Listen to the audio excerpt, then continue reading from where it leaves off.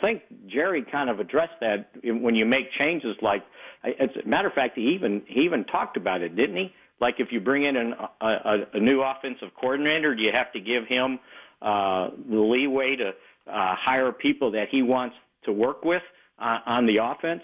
And if I remember, Jerry said, I've been through that before because he brought in, Barry Switzer and basically Chan Gailey, and they inherited the offensive coaches that were already there. It very well could, although I know Jason Garrett was a big fan of Kellen Moore. It wasn't just Scott Linehan saying, okay, I want him. I think they thought with the amount of offensive minds on the staff that they would have a decent young coach that you could groom. So, yeah, I'm not sure how. Well, if you want to ask that, then you can ask, well, what about Nussmeier? What about Sanjay Lal? Those are all guys that they brought in just last year. Is the new offensive coordinator going to inherit these guys, or is he going to have the ability to bring in his own lieutenants? Well, did they officially extend Colombo? Is the ink on that dry? It sounded like if we put it on the website, then that had to have happened, yes. What do you think is the most important thing they're looking for in whoever the new guy is going to be? What differences? That's a good question. Have you thought about it? I mean, I think, so I listened to Stephen Jones with Ben and Skin yesterday, and when they were asking him about articles written on the Ringer, the stuff about guys in the box and still running into it anyway, It seemed like they were already familiar with all those things as if they'd read it or had it told to them. Right. And so I guess my initial thought is they're looking for somebody who says, hey, we don't want to put ourselves in losing situations, and it shouldn't be that hard to avoid. Right. And see, the other thing is you got to be careful because you've got personnel, right, that fit what you were doing. And if you're going to go dramatically different, do you have the personnel to do that? Because you're already invested in Dak and Zeke. You've got Amari Cooper. You're probably a little bit short at the wide receiver position with Cole Beasley now headed towards unrestricted free agency if you're going to try to pull the trigger on that. But again, if you got the investment in Ezekiel Elliott, I don't know that you're going to just go away from what they did. And again, why did the Rams win that game? It wasn't because of Star Wars offense, right? They handed the ball for 273 yards. They ran the ball, right? 120 of it before contact. Yeah. Yeah, there was wide open spaces, right? Yeah, I guess, Mick, what I'm hoping is that, hey, we don't have to have the Rams personnel. You can just take your tight end and go put him next to the sideline, but just stick him in bounds. Now you're blocking your guy. And if they're not going to put a guy on you, then we'll just pass it to that guy. So I guess what McVay does a lot of in that article is Todd Gurley and C.J. Anderson for the whole season, not just that game, for the whole season, is that they're always spread out. And so you can't put 8 in the box. And if you do, then we'll just have Brandon Cooks and Robert Woods just on single coverage with no help over the top at all because you've put everybody in the box to stop Gurley. Yeah, but there's nothing wrong with a tight end, right? Philadelphia was pretty successful with Ertz, weren't they? Yeah, you get a couple of good ones. I got no problem with them playing. Yeah, I mean, you're not going to just go out there with 4 or 5 wide all the time, right? No, and try to run the ball. But the tight end is, Jason Witten was pretty good with this offense, right? No, for sure. I guess what I'm saying is like when Dalton Schultz physically and humanly can't block a human being, why put him next to the tackle so you know that you're going to lose that battle? I'm with you on the 2 tight ends. If you're going to use Dalton Schultz to block, I'm absolutely with you on that. Yeah. But again, a lot of times when you're in 2 tight end, it doesn't mean you're just automatically running the ball either. No, I agree with you 100% there. Yeah. So, but I like your idea of putting them over there by the sideline. Mickey Spagnola with us here on The Fan. How about team needs here? We're not going to talk to you for a while. I don't think we'll talk to you before free agency starts. We'll check back in with you then, Mick. But free agency it's going to go similar to how it's gone the last couple of years, right? Taking care of your own guys and then maybe trying to pick off a couple of bargain things to address depth. Yeah, I don't see them changing their philosophy on that. And again, a lot of that free agency and what you're able to do ends up what the market value is for whoever's out there. And to me, this whole thing still hinges on DeMarcus Lawrence and getting him re-signed. Yeah. And if you have to buy yourself some time to get a long-term deal done. Okay. They talking about free agency. What's happening, y'all? Let me fix my levels. Chat box, tell me if I sound right. Tell me if I sound adequate enough. Talk to me. We'll cross this road in a little bit. So I just woke up. just woke up. Had a late night. Late nights happen. Had a lot of those lately. And I wake up a little bit, hit my phone, and say, yo, Voch, they about to get Linehan up out the paint. It's a mutual thingamabob, right? And I'm hearing this before Bleacher Report told me. So I'm like, well, I guess let me hit the people up then. And then Bleacher Report kind of hits it up. So so I guess it's all out in the land now. So Scott Linehan about to get about the paint, man. Whatever Voch analogy you want to use, he's about to get pushed off a bridge. He's about to get sacrificed, taken to the gorillas, whatever verbiage you want to use. Linehan is about to be outie. You know what I mean? This ain't really like a breaking news thing because I'm not a reporter. I don't like to put breaking news in my type. Breaking news? Nah, I'm not breaking the news. They're breaking the news, I'm just simply giving my opinion and reaction. Dallas Cowboys firing Scott Linehan, mutually part ways. Thoughts and reactions. Let's do that. So I guess I set the phones up too, huh? I got a fake Scott Linehan account in my chat box says I hate y'all. That's funny. So I try to keep the same energy across the board. So I got a lot of questions here. Voch always got questions. Also, let me kind of set the table of how I feel about it, right? I feel like it's always appropriate to set the table on how I feel basically. I feel like the past 7 weeks or so, I feel like I was very consistent in saying, hey, if you want to push Scott Linehan off a bridge, cool. But what we gonna do next? You know what I mean? That's kind of sort of where I'm at right now. So, as far as the people that want Scott Linehan gone, well, it's Christmas for you today.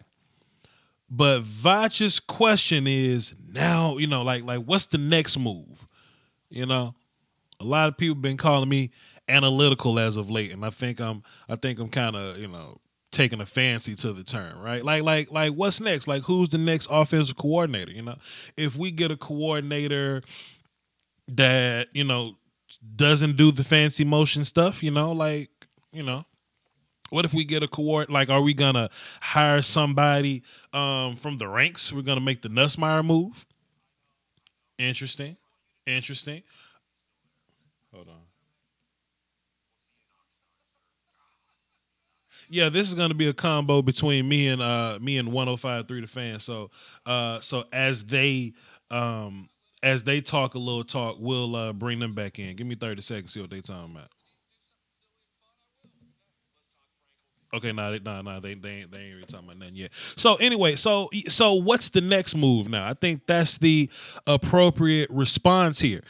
I wish they would have said, yeah, the Cowboys firing Scott Linehan for.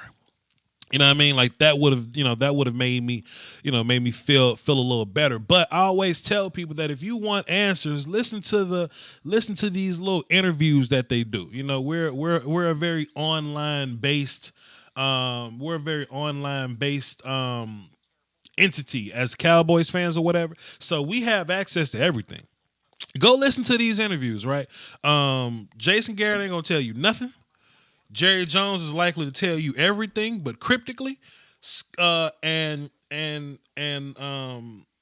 Stephen Jones will tell you what you need to know bluntly. You know what I'm saying? So if you talk to Jason will tell you, hey man, Scott Linehan on contract, so he'll be here. You know what I'm saying? Stephen, he'll say, well, I mean, it's too early to kind of talk about it. Hang tight. But Jerry, when Jerry was talking, we'll listen to Jerry talking. Jerry will say things like, just hang tight. It's something on the table here. We're looking at something. Da da da. Boom boom boom. Jerry will flat out tell you what's going on. You know what I'm saying? So with Jerry Jones saying, hey man, just keep your eyes open, man. It's premature. Shit, something might happen next week. Jerry Jones said that in one of his radio interviews. Shit, something might happen next week. So that leads me to believe that they have a candidate in mind. They have somebody in their brain in mind. So is it somebody that hasn't been hired yet? I don't know. Is that person gonna pull a Kyle Kingsbury where they hey, I'm coming to USC. Nah, I'm coming to Arizona. Is he gonna pull one of those? Is he gonna pull a what's my man's name? And with the Patriots, what's my man's name? That was gonna McDaniels, I think. Forgot his name. I don't know. He was gonna sign with the Colts. And he did all the paperwork with the Colts, and he did the press run with the Colts, and he did the social media with the Colts, and he got up out the paint and went back to New England. Is it going to be one of those situations, right? Because when you look at the empty free agent, Josh McDaniels, thank you. When you look at the free agent pool at the OCs that's available, and we'll see. We'll see what's going on. But a lot of people saying Nussmeier. He's our tight end coach now, something like that. There's a lot of people saying Nussmeier. There's a couple college names being thrown around. I don't know. We don't really have a good idea. But nothing stays out of place too long in the Cowboys infrastructure or whatever. You know what I mean? Nothing's just out of place. So Scott's gone, but somebody's gonna be in that chair. Somebody's gonna be in that chair before the end of the day, end of the week, maybe. I don't know. We'll see. But this is Christmas for y'all. Sean Payton isn't coming here to be an offense. Nah. I mean, there's and people been asking me about. Let me just give y'all a heads up on something. All right, if Voch don't address it, I think I don't hold much weight to it. All right, so people say, yo, Voch, what you think about this Sean Payton rumor? I haven't addressed it, man. I don't think that's actually a thing. You know what I mean? We fired Sean Linehan. We ain't fired Garrett and everybody. I said Scott Linehan, Sean Linehan, my bad. Scott Linehan actually dropped 5 in my super chat. Salute to you, sir. How you feel about Dalen Mack, defensive tackle, Texas A&M? He's a 5-star recruit who's really up to play this year. I think he's a good fit in Dallas' scheme. We'll see, man. He's a very up and down guy. You seem to be a fan of Mr. Linehan, so he seems to be a consistency guy. If you can get him to play more consistent, then we'll cross that road. But we'll cross that road whenever we get here. Hey man, I want to set the phone lines up too, man, so y'all can get y'all thoughts off too. I want to hear what y'all got to say.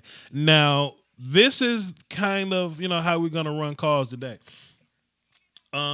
If you're on the phone and 105.3 gets welcome. This service is provided. Mute your ass. If you're on the phone and 105.3 is getting to some fire or whatever, they may have Mike Fisher on for a little information. Jerry Jones might pop today, Friday, so I know Stephen Jones gonna come on at some point. Yeah, we probably gonna cut you smooth off so we can get to the information, right? Because that's really what this is about. We're here, but we're all here to sit down as a family and get some information. There's 200 of y'all. Pull up a chair, sit down, get comfortable, get your water. It's the off season, so it's regular tasting water. Hey man, pull up, have a seat, and as we get information, I I will cut on the 105.3 joint and we'll listen to those guys talk about it just to kind of get a little background here. The number to call into the show is 515-739-1285. Access code is 309-104. So hang tight on that. Hang tight on that. Peter says, where can I go to hear 105.3 The Fan? I mean, I'm going to play it right now. You know, I can I hit this button and now you got Scott 105.3 Linehan out. We just talked with Mickey Spagnola about it. Coming up at 1 o'clock, Broadus is going to be on with us. And Jeffrey time, he was just telling us is going to be some Linehan talk as well. So it's a big old celebration, I suppose. Yeah, I think one of the things that we're pretty proud of here at 105.3 The Fan is that we don't just break the stories. We then break the stories down. And we don't step away from breaking news. So Scott Linehan, if you have not Voch do that shit too. will not be the offensive coordinator for the Cowboys anymore. And so we kick around sort of where they're going to go. What is it that they're looking for? And I think kind of what it boils down to, the first thing that jumps to mind is something we talked about to start this week. Who's left in the playoffs? It's the 4 best offenses in football. Now, can it be hard to be one of the 4 best offenses in football without one of the best quarterbacks or one of the best passing games or all these different things? Sure, it can. But when you're 20-something in offense in a league where the 4 best are still playing, your owner of that team is going to look around and go, guys, we're not very good at the part of football that is now dictating who gets to keep playing football. And so look what you've invested. I know the quarterback isn't invested, as in it was a 4th-round pick. I mean, all around the field, you just invested first-round picks everywhere. Yeah. And it's where you've invested a lot of your capital over the last few years. And now they became free agents, and you had to pay them zillions of dollars to stay here. Yeah, and so, we're making offense easier and easier, and we're kind of going backwards over the last couple of years. And we're going to run the ball and get called for holding while everybody else is getting free yards on huge plays down the field. So I think, the name, I think the first name that comes to my mind is Doug Nussmeier, the tight end coach currently for the Cowboys. And now if you're going to look into what happened the last time he was an offensive coordinator, you're going to be really disappointed. Because what you're going to find is the University of Florida for 3 years with like Felipe Franks as his quarterback. And you're going to find him being ranked in total offense right around 100th in the country at the University of Florida, and that's not very good. Yeah, there's no scheme that can make up for a lack of talent. Right, and that's tough. So you're not... Sometimes now there's no scheme that can account for a lack of talent. Get y'all goofy ass out of here. Already here, I think it probably is. The outside names, I really don't know off the top of my head. A bunch of the guys that people were after for offensive coordinator jobs already have their offensive coordinator jobs. I was talking to KT in the break, and he said Jim Bob Cooter's free, which is always awkward because, you just crawled in somebody's window one time. I think the natural thing, though, would be to look to one of the lieutenants on these, teams that are doing it well.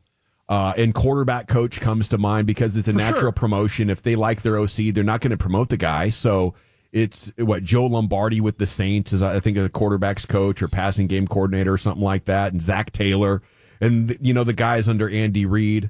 I'm not sure what their names are, but, to me, if I'm thinking where most likely are the people that have been surrounded by these concepts and able to not only integrate it on the field, but be studying it, they have the role models. It's like, I like the idea of Doug Nussmeier, but I don't know where his incubator is that would lead me to believe all of a sudden he's going to break out after hanging out with a bunch of boring dudes in Bama and screwing up Florida that he's up to date. Here's the thing that I don't know either. I'm just going to remember when they brought in Scott Linehan. And here was the issue and problem with a lot of people when they brought in Scott Linehan.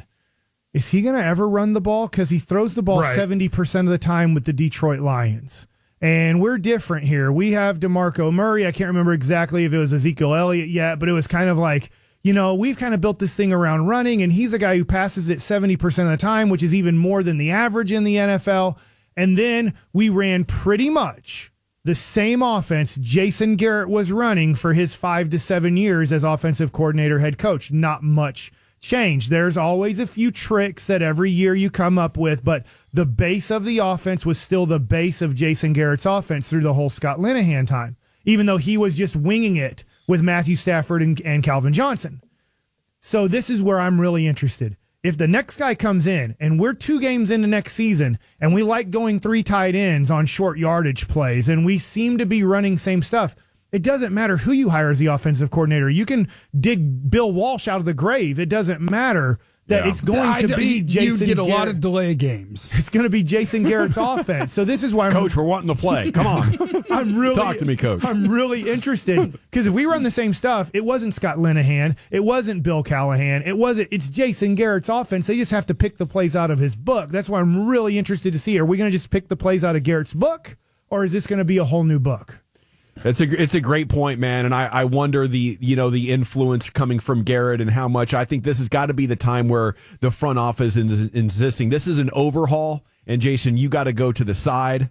I want this to be the beginning of not only a change in approach philosophically, but I think you shift away from the defensive focus has been in the draft. Let's make this defense better. You got to come back and really make this offense in a way. The defense is set where it could go for a couple of years without a talent infusion and still be very, very respectable to good. And do you let 1 year sway you so much that you say, listen, there's enough talent on defense that they were top 10 this year, and I think they'll be at least around there next year, and that's good enough?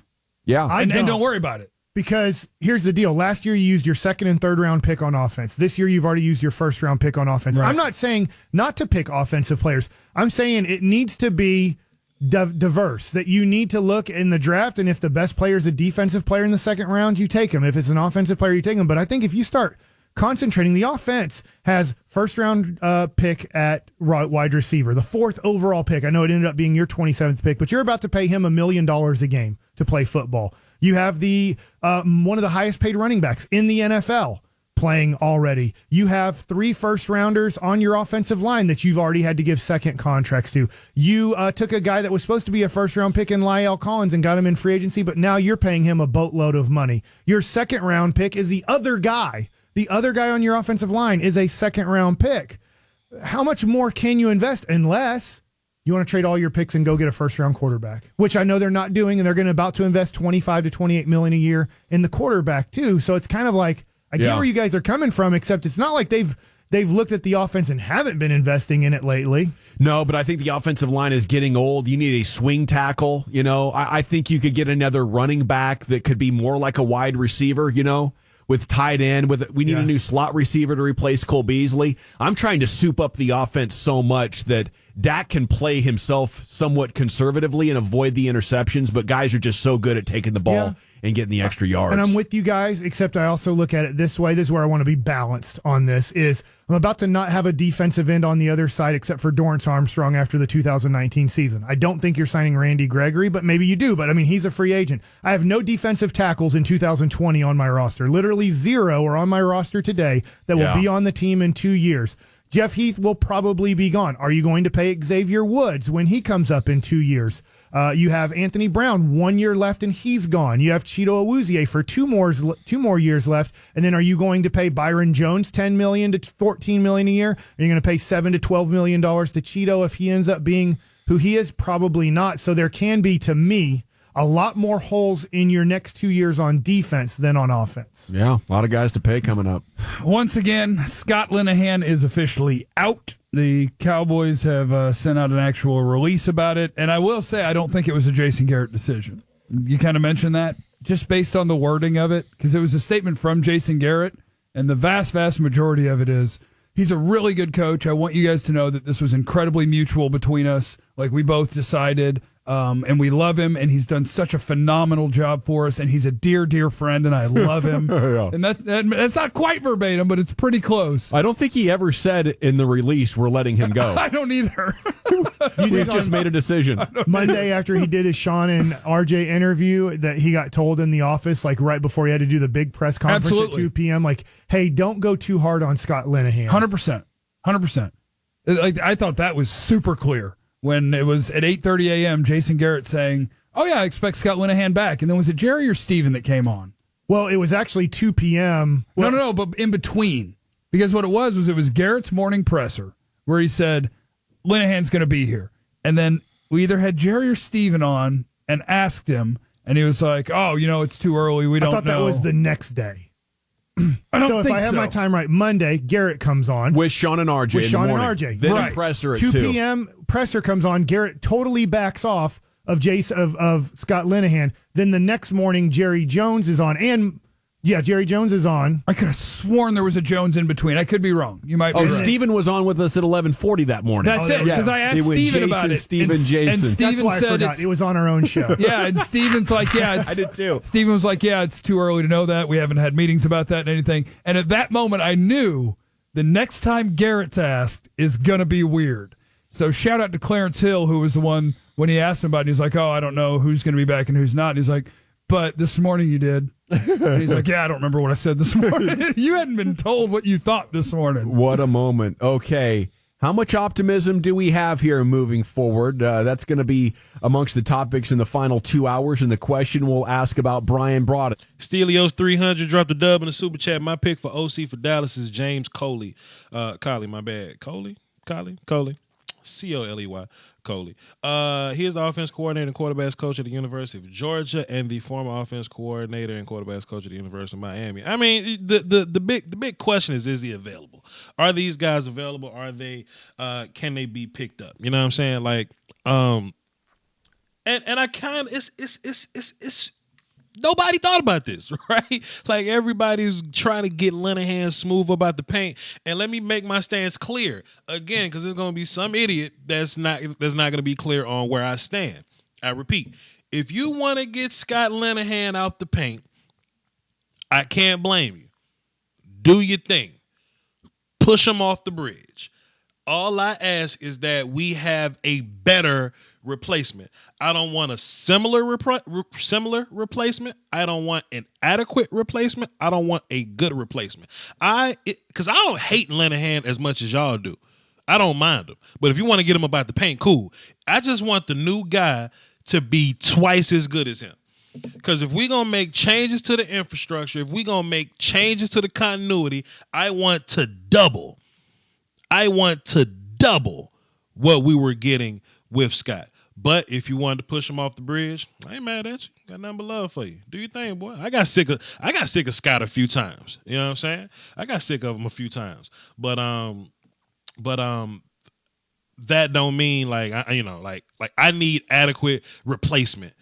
If you pissed off at Dak Prescott, like, you know how mad y'all are at Scott if Dak was bad and you fired Dak and brought in like Matt Leinart or something. You know what I'm saying?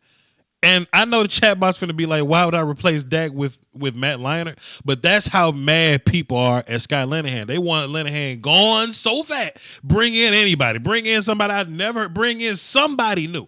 That's what they want, which is interesting. Another note, too. I was watching film, too, and I said this. Our offense really ain't that much different from McVay's offense. The only thing that, that's different is they incorporate a lot of motion and we incorporate a lot of bring everybody in the box shit. You know what I'm saying? So it's really play calling what people mad at. It ain't the actual plays. The plays aren't bad. People asking to throw out the playbook. I try to educate as many people as I can, so y'all just kind of hear my voice on this. The playbook ain't terrible. The playbook ain't barbaric. It's the plays that are called. You know what I mean? So instead of running heavy right 37 fly or whatever, my bad, coach. Instead of running heavy right 37 fly, it'll be more so trips right a bird 37 fly. You see what I'm saying? It'll be different in that way. It'll be the same play, but McVay does his different. And I hope that makes sense to everybody in the chat box. If it didn't, let me know if it didn't, and I'll explain it to you a little further. We got a phone call here, so let me mute everybody. And let me mute the phones. Mute the radio. Pump up the volume. Coach Jefferson, you giving it to Rico? Absolutely. Absolutely. Boy, put Rico inside and run the fly with him. Boy, of course. McVay is a genius on offense. No, he's not. Jeff, what's happening? How you feel, man? Hey, what's up, man? I told you a few weeks ago what was going on, didn't I? Actually, I told you last week when I told you Linehan need to get out the paint. The next one need to be Marinelli. Sure. I don't I don't necessarily advocate. I don't necessarily advocate trying to get Marinelli up out the paint, but like I said, if you want to get rid of Linehan, cool. You can get rid of Linehan. I just want a double as good replacement, but I'm not trying to get Rod Marinelli up out the paint at all. Not going to be able to do it. Well, it's going to be hard trying to find somebody that's doubly as good with anything because you got to get him in and you got to make sure that he has chemistry. I don't even know who's available, but I agree. To me, when Dak was getting interviewed a week ago when they asked him about the touchdown to Gallup, and he said, Coach gave me 2 plays, and that's the play that I picked, sure. And that told me right there that Linehan wants the answer. I think a lot of coaches do that. Coaches, that's a very common thing. That's a very. I didn't think the Redskins do that, but go ahead. No. That happens a lot, man. That happens all the time. Most of the more trusty quarterback OC combinations, most of them run it like that. Most of them do that. Oh, okay. Yeah. But as far as replacing them, I don't know who's available, but. I only mentioned getting rid of Marinelli, man, because to me, without them bringing in that brother from the Seahawks, I think the defense might not have done what they did. I don't think. There's nobody fiery on the staff. Like, every time the camera cuts to Jason Garrett, he's staring off into space. And they need somebody that's going to dig in their ass sometimes, I think. Head coaches don't have time to dig in anybody's ass because they're busy coaching a game. Like, Garrett got to coach offense, defense, kicking game. He ain't got time to get in people's ass. Mm-hmm. So when you see Chris Richard getting in somebody's ass, the offense on the field because he got time. Jason ain't got time.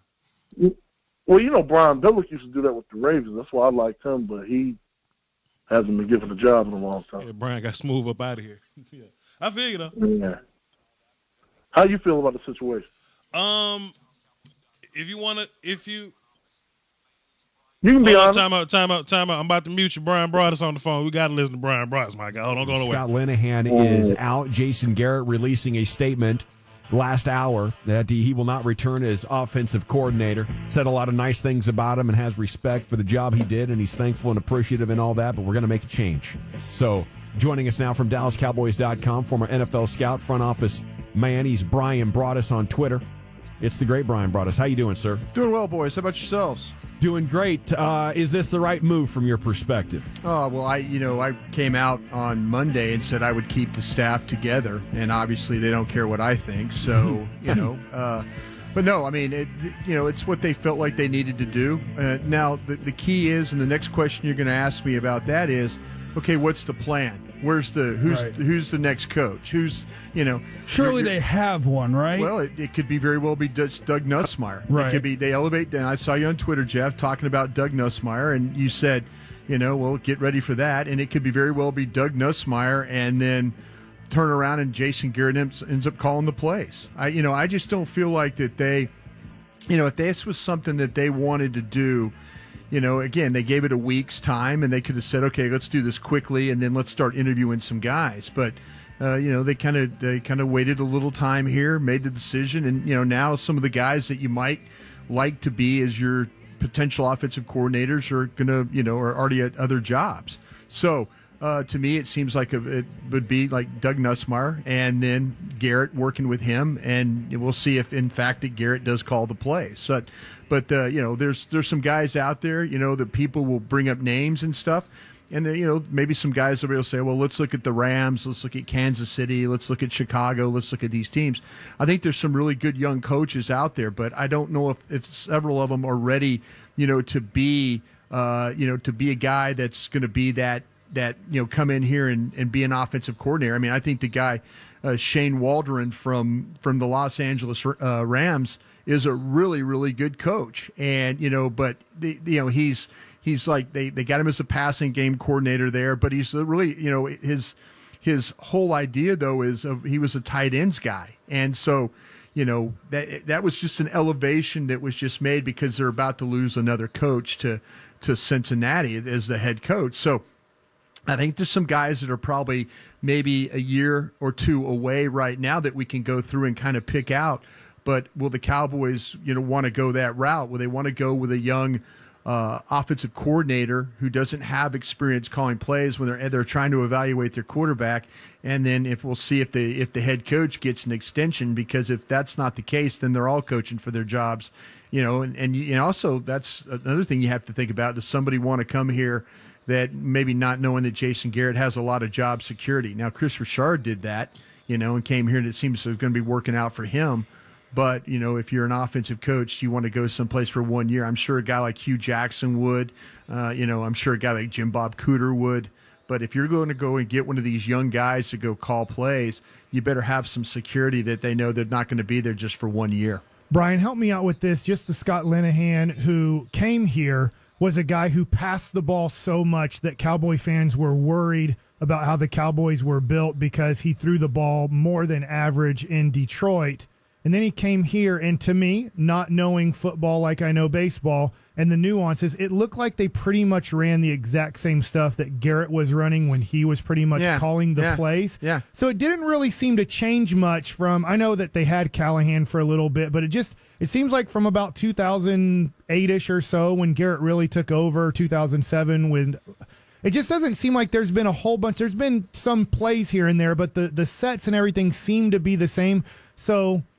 I guess I'm wondering, with the new offensive coordinator, will we actually see a lot of different things, or will we see the same things, at least from my eye, that we've seen from approximately 2007 through 2018? Well, I think what you might see is more involvement from maybe the passing game will involve, because, there's a lot of people that believe that Doug Nussmeier and Jason Garrett had a lot to do, and then also with the offensive game plan in the Giants game, with the use of the tight ends. And that's something that we'd kind of seen from Garrett before, is the way that he was able to get Jason Witten involved, the downfield passing game. And we've seen it with Zampese before here, Norv Turner, the way that they were able to get guys like Jay Novacek involved. So, that to me was clearly something that was different than what we had seen before with Linehan. But yeah, I think that, as long as Jason Garrett's the head coach, he's going to want to have an understanding of, okay, this is my offense, and, this is how I want to run it. And this,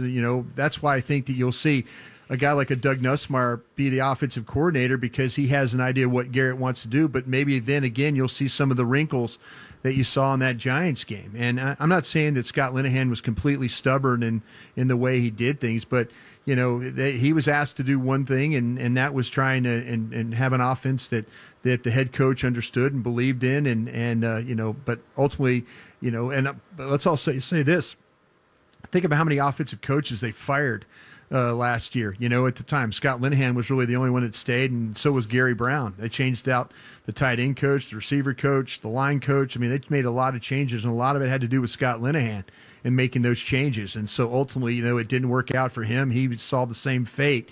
But I think whoever comes in here and runs this offense, I don't think it's going to be, okay, we're going to completely do things different here. I think that you're going to have to convince this head coach that it needs to be done a different way, and then that's the guy who'll get this job. Would you care at all what, Doug Nussmeier, if he's the guy? I know, and even throwing his name out, Michigan fans are telling me our quarterback threw 10 touchdowns that year. In Florida, his 3 years as the OC, they were 105th in the country in offense. Yeah. How do the Cowboys wrap their brain around that and say, you know what, that doesn't matter. We think he's better than that. Oh, I think that they've worked with the guy now for a year, and he's been in meetings, and he's probably brought ideas, and he has a plan for what he feels like will work. I mean, it's a crapshoot. It clearly is a crapshoot. And that's why, on Twitter, I was getting on with fans if you're going to fire people, have a plan. And everybody's like, well, we don't have to have a plan. We're just fans. And I'm like, okay, well then have no interaction with me, because I'm not interested in just firing guys to fire guys. I mean, getting feisty, Brian, you're getting feisty. No. I'm being a realist here, and we're quick to trust me. My Twitter timeline right now looks like a mess, because everybody's like, well, who's the guy? Who do you want? Who do you. And I'm thinking, oh, wait a minute, you kind of knew what my thought was. I was trying to think this thing out and say, make this thing a clean sweep. Clean sweep this thing after the year. Now, again, you're going to have to bring a guy in, or maybe use Nussmeier, and you're still going to have to evaluate this quarterback. And that is going to be a huge undertaking here. And then people say, well, maybe you evaluate him with a different coordinator. Okay, if the different coordinator is a guy that can actually make a difference instead of a guy that probably won't make a difference, or a guy that's going to get fired, or a guy that's coming from a team that got fired. I was thinking more big picture here. And now, okay, everybody got what they want or wanted.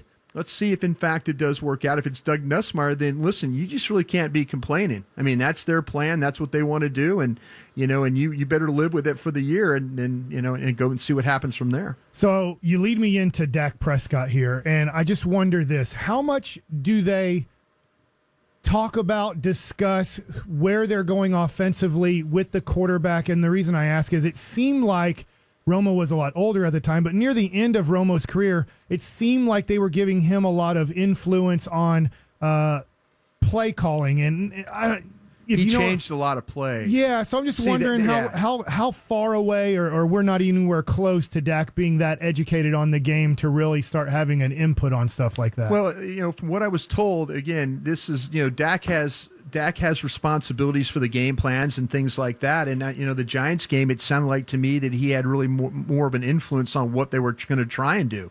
They didn't really run the ball all that well in that game, and they threw it around pretty well. So, I think that, the older that Dak gets, the more influence that he will have on the game plan. There's one of the great things about Dak Prescott in 2016 was he wasn't smart enough to know what he was doing. And then, Scott Linehan just called the play, and he knew the play wasn't going to be changed. And a lot of people feel like that, well, maybe that was one of Tony's, one of his deficiencies, that he changed too many plays. So it's kind of a double-edged sword there that, sometimes you want to say, oh, we're doing too much, and other times you're saying we're not doing nearly enough. And I think that's where you have to try and find that balance somewhere. But I'm going to be very interested to see if, in fact, what they do with this coordinator spot. If it is going to be Doug Nussmeier, what kind of influence will he have? If they go from the outside, is that guy going to be able to come in here and turn things around? And then, if he completely changed the offense, then that means that Dak Prescott, if you were talking about a Dak Prescott having to learn something all over again, and not that Dak Prescott's not a smart guy, but again, now you're having guys have to learn everything completely all over again.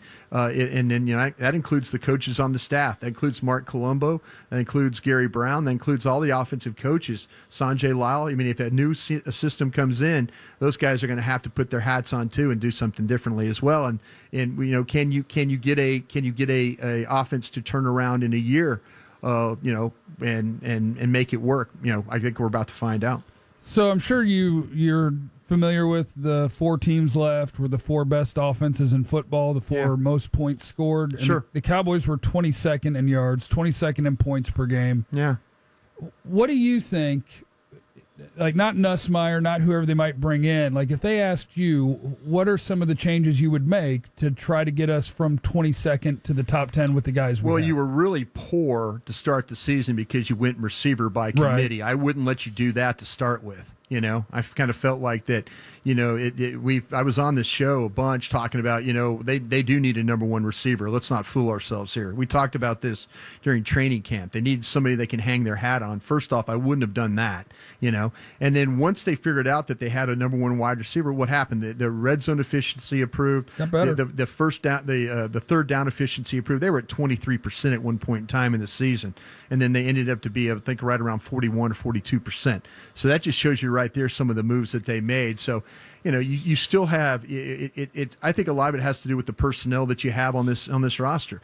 You get a Travis Frederick back, you get another year of a stronger Connor Williams there playing at the left guard. Hopefully a healthier Tyron Smith. With Collins. I think a lot of it has to do with the offensive line. I think a lot of it has to do with the running back. I think a lot of it has to do with the receivers. And Jeff, we've already started watching tight ends in the draft. Add somebody to that. Players make better coaches. Coaches can do a lot to help, but players also make you better coaches as well. The great example of coaching coming in and helping playing is really what's going on with the Rams. That guy, he went in there and changed a lot of things.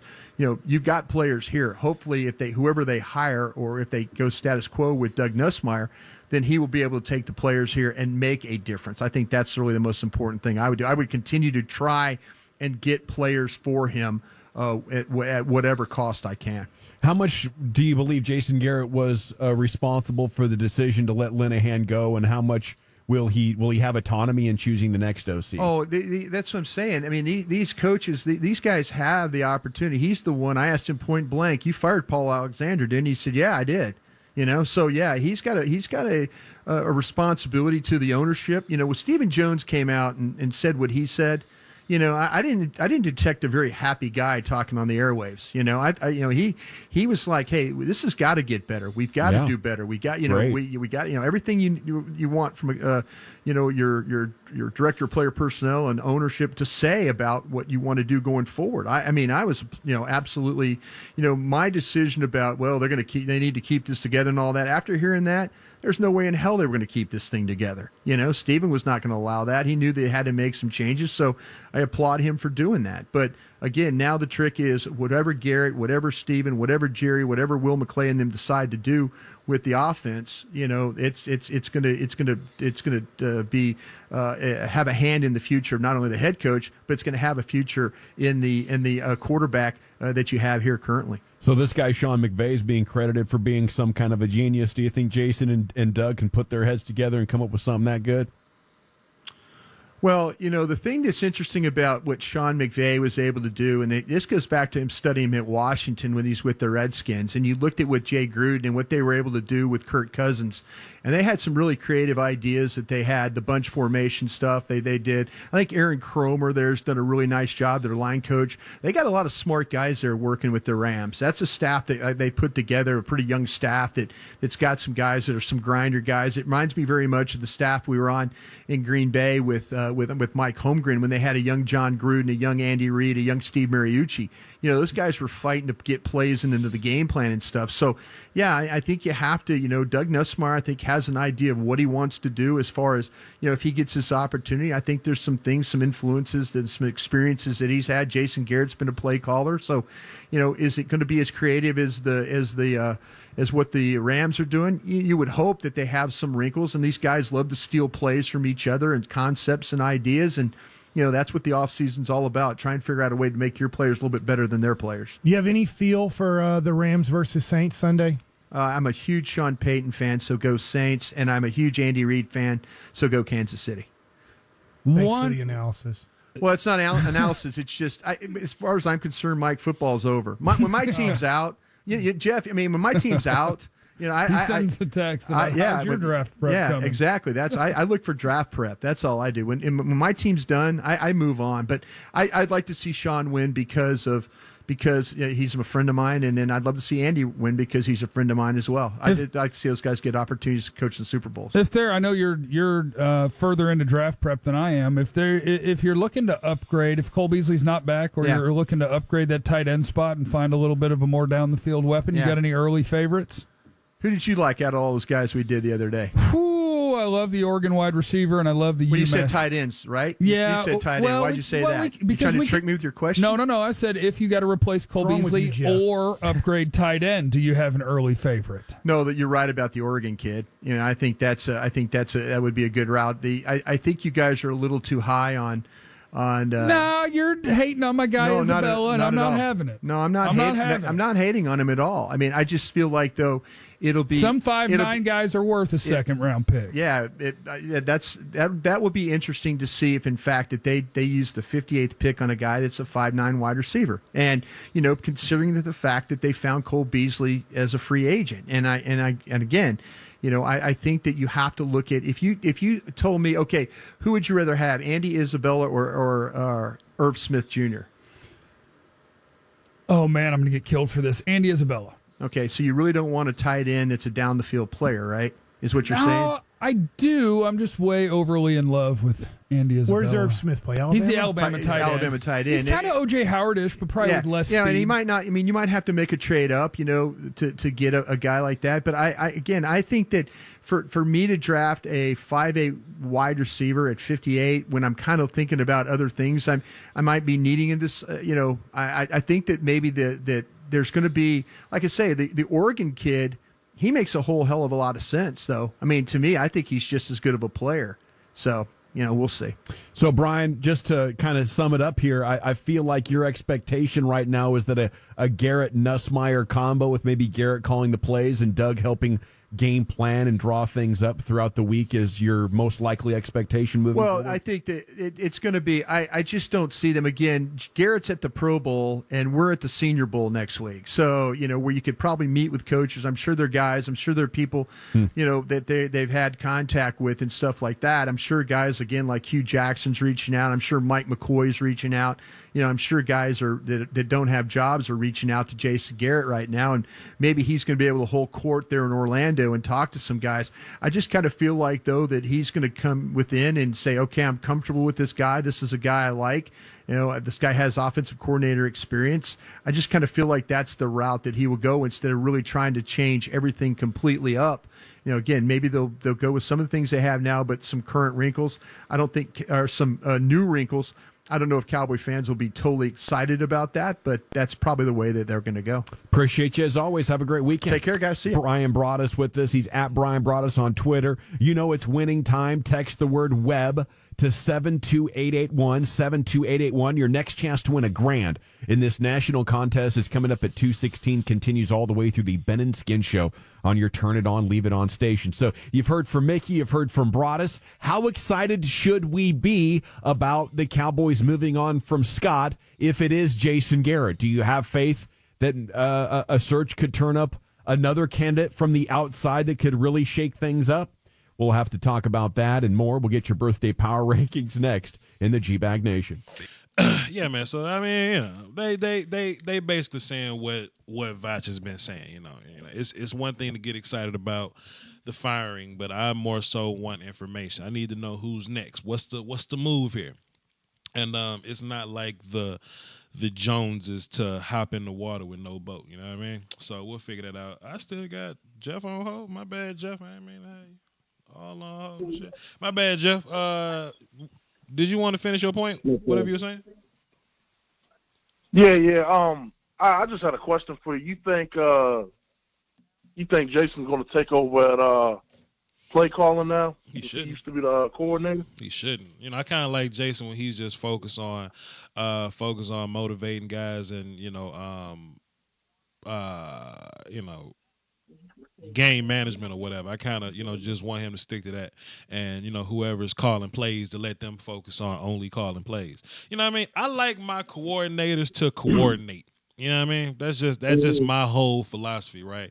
Like I would much rather be an OC than a head coach because I like to have control. I like to, I would want to run my offense and not hear input from somebody. But if I'm a head coach, I don't want to hear from I'm doing nothing but head coaching. I don't want to call no plays. I don't want to call no plays.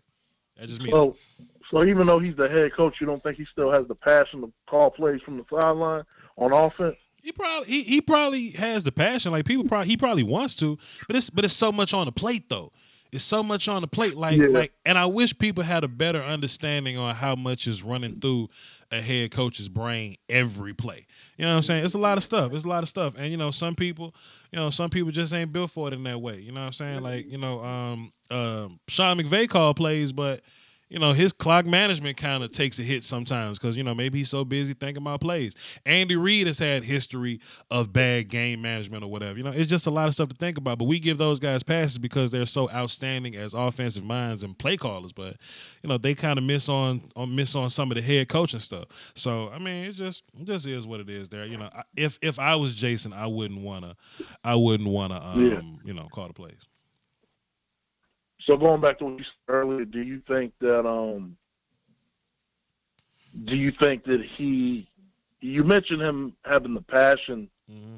Is that I guess what I'm trying to ask is, when I mentioned Brian Billick before, do you think that's the same case as when you said Brian Billick got out the paint? But I mentioned him being a head coach that had fire and would scream at guys. Do you think that's the same with Garrett? Brian Billick had one of the best defenses of all time. Yeah, he did. And I could be wrong. But I think Brian Billick is an offensive coach. And that defense was so good. He was. That defense was so good that offense was one of the worst offenses of all time. Post Tony Banks offense of all time. And they still won a Super Bowl. I ain't trying to hear Brian Billick. I ain't trying to hear what Brian Billick talking about. Well, just coaches from that era, Brian Billick, Bill Parcells, and even Bill Parcells couldn't wrangle Lawrence Taylor. Who else? Ray Rose that used to coach for the Skins. Sure. Madden, yeah. It's a lot of those guys that were like that from that era. I would rather much see a coach like that versus guys that are doing whatever they're doing today. I like Pete Carroll because he's kind of not dry, even though he gets in the way sometimes. Pete Carroll, the same kind of coach Jason Garrett is. Pete Carroll ain't necessarily a X's and O's genius. You know what I'm saying? He'll go off and scream at the refs when something ain't right. And he's animated too. Who cares about screaming at refs? Don't care about screaming at refs. Get your guys ready. Get your guys ready Monday through Saturday. I ain't worried about you screaming at refs necessarily, but I feel you. Well, it kind of fires your team up to see. It don't do that. Too. It don't. I had a head coach, man. Lance Reed used to stay fussing at Leroy Strickland about something, but I ain't never noticed. I was on the field. I was too focused playing. I was focused worrying about the next play of my responsibility. I wasn't worried about none of that. Oh, one last thing. Sure. One last thing, man. You got to get me them salute shirts on the 4X, man. The 2X ain't doing it, man. I'm 6'3" and I'm 350. God damn, I got you, man. Give me let me give me one of my sticky notes. I need the salute joints in 4X. I got you, bro. Yeah, you have it tall. It preferably tall. 4X tall LT. 4X tall. If you got them. I'll have that done by the end of the day, man. Appreciate you. Thanks for calling, Jeff. All right, no problem. Yeah. I bring it in the chat box. Drop the dime in the super chat. Voch, what concept is the best for Dallas to bring on offense? I mean, the offense we have is fine. And like I told people, we have everybody has a similar offense in the league. Everybody in the league run the same thing. Inside zone, outside zone, counter, trap, power, catch and throw, 3-step drops, 5-step drops. We all run the same concepts. It's a copycat league. It's just how you do it. Structurally, like the Chiefs and the Rams don't do much different than we do. Structurally, it's just how they dress it up. So when you're looking for your next OC, I guess y'all want somebody to dress the plays up opposed to run them like we run them. We run them in a very player versus player type of way. Y'all want it to be run in a very scheme-friendly type of way. You know what I'm saying? We can run the damn scat concept all day, but you want the scat out of trips with a rub at the top of it, so the damn swing man will run free. You know what I mean? Like that's what y'all want. You see what I'm saying? And I get it. I get it. It's the same thing. Same thing. Let me listen at the radio, see if they got something on. Hold on. Let me see what they're talking about. And the segment's brought to you by 1-800-LAWYERS. Hurt in an accident and it's not your fault. Call the office of Frankel and Frankel at 1-800-LAWYERS. See what they're talking about. Hold on. If not, we're going to go to the phones. From the 972. Jeff, it's my son's birthday. Yeah, we ain't trying to hear about no birthdays, my cat. We got stuff to do here. We got stuff to talk about here. 804, what's happening? Who this? It's Brandon. What's going on, Chief? What's happening, Brandon? What you got for the show, brother? All right, man. Everybody's saying that they don't know who they want to be the next offensive coordinator. I got two guys who are already in the NFL, and one guy who's already on the Cowboys. The quarterback coach for the Texans, Sean Ryan. Okay. I feel like the Texans run the offense that the Cowboys want to run. They use the tight end successfully, and they block very well. And they have a very athletic quarterback in Deshaun Watson that they've coached up very well despite him having, clear deficiencies. Okay. And the second guy is the Saints quarterback coach, Joe Lombardi. Of course, they still in the playoffs, so you got to get permission to interview him. Sure. But you see what they could do with their toy quarterback, Taysom Hill. Uh-huh. They do crazy things with him. Sure. So do we have one of those? Dak is just as athletic, right? No. Taysom Hill faster than Dak. Dak ain't really fast. He just run. Taysom can fly. That's different. Yeah, you're right. Yeah, you're definitely right. Yeah. And then another guy I feel like that people don't give enough credit to is Garrett Brown, running back coach on the Cowboys. Sure. If you want a guy that's gonna focus on running the ball like Dallas wants to, Garrett Brown been a running back coach in the NFL since 2009. He started off with the Browns. He was responsible for Peyton Hillis' huge year, and then he left the Browns, and then Peyton Hillis fell off. Sure. And he's been with the Cowboys ever since. He made Darren McFadden into a top 5 rusher. Sure. So clearly he can coach up a running back, and if you give him the facilities with the rest of the offense, I think he can coach some things up. And at that point, you just find another quarterbacks coach. Because honestly, you got to get rid of Kellen Moore. I feel like that was a mistake anyway. Okay. I mean, I feel you, man. You want change, and I'm not opposed to change. I just want my change to be a mile better than what we got. That's just me. Oh yeah. I feel like a lot of people want to fire Scott Linehan just because they want him fired.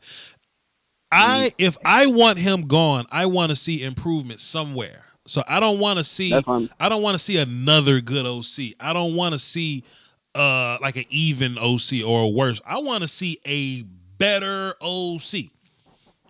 That's what I want to see. You know what I'm saying?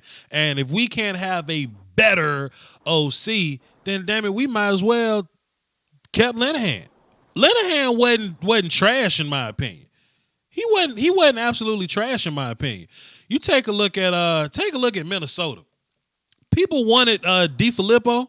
You know what I'm saying? People saying his name. Damn it, he got Stephon Diggs and Adam Thielen and Kirk Cousins, a 4,900-yard passer or whatever. They couldn't get it done. They couldn't get it done.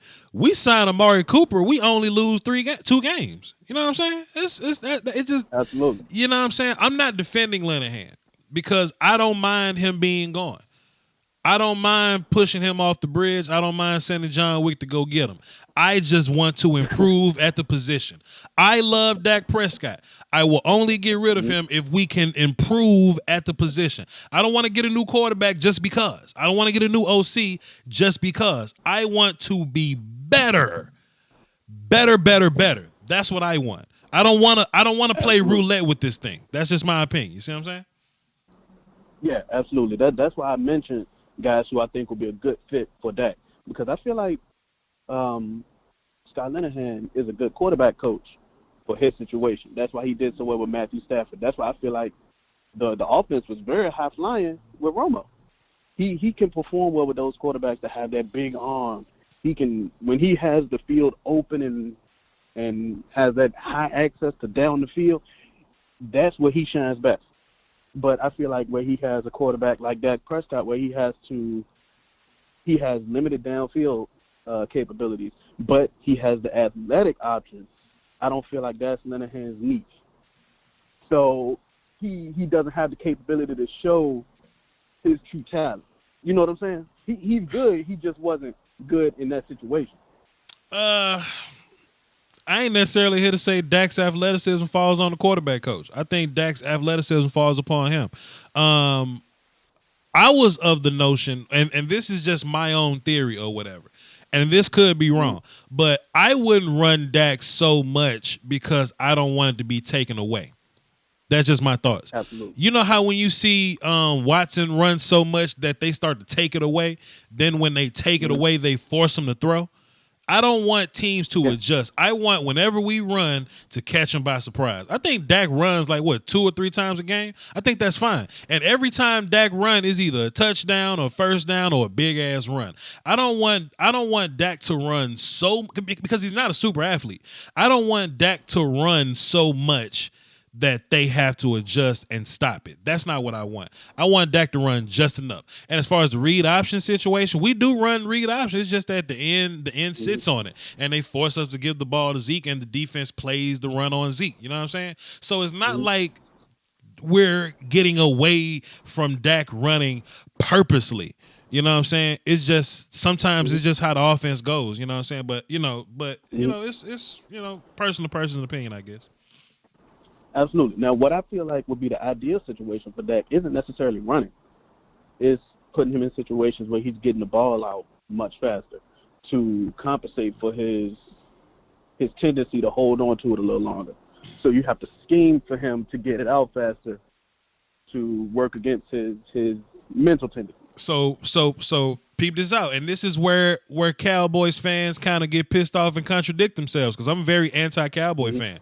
A lot of Cowboys fans say Dak need to stop holding the ball and get the ball out quicker, but he does. But then they also say run, play, action more, which is contradictory. True. I And another thing, exactly where you come from. Then another thing, they like to call Dak dink and dunk guy. Dink and Dak. Well, you want Dak to get the ball out quick. That's kind of what happens here. So then they say, I have no problem with him dinking and dunking it as long as it works. Totally agree. Just hit the right guy, let them be yak guy. Like, that's the league. Like, that's what Brady's been doing for a while. But then Cowboys fans get ungrateful again, and then they say, oh, well, I want us to take a shot downfield, whether it connects or not. I want us to just take a shot downfield. We ain't even got to complete it. Then it's incomplete. Then they say Dak can't throw deep. You see what I'm saying? Do what works. Then they say, oh, I want Dak to complete the pass. Well, now you need a 5-yard drop, and now you need time from your offensive line. Your offensive line ain't great. You know what I'm saying? I think Cowboys fans need to just shut the hell up sometimes and just let things fly. They know more than us. They're the professionals here. You know what I mean? Linehan is up out the paint, and to his peers, he may not be a great OC, but he's better than all of us. He's even better than Voch Lombardi. And I'm as grandiose as it gets. He's better than Voch Lombardi. Sometimes we need to just sit down and chill. You got it. But I feel you though, bro. Brandon, this was a good call, man. I just added you as platinum, so next time you call in, you'll go to the top of the list with the rest of them, man. Appreciate you. No doubt. This is my very first time even hearing about you, man. I just Googled it, and you popped right up. Well, I'll tell you what, man. Since you're new here, since you're Cowboy fam, I want everybody in the chat box to say welcome, Brandon. He's Cowboy fam now. Check out the other content on my videos, man. Everything that I'm saying, I basically prove in my video. I try to be as logical as possible. I try to remove as much emotion as I possibly can. So I break down film here. So when I'm saying things about Amari Cooper and his route running, I actually break it down on film. So go check my videos out, man. Appreciate you, bro. Yes, sir. Bless. Salute. La, da, da, da, da. Boy, my chat box is great, man. We got the GOAT up in here. David Alexander. What's crack-a-lacking, man? Same old, man. I've been sitting for like 30 minutes waiting for a dude to stop blowing air, man. I'm like, gee. You better stop. Brandon is new to our family. I understand that, and I'll back off on him. Now, just, to the points you're making about Cowboys,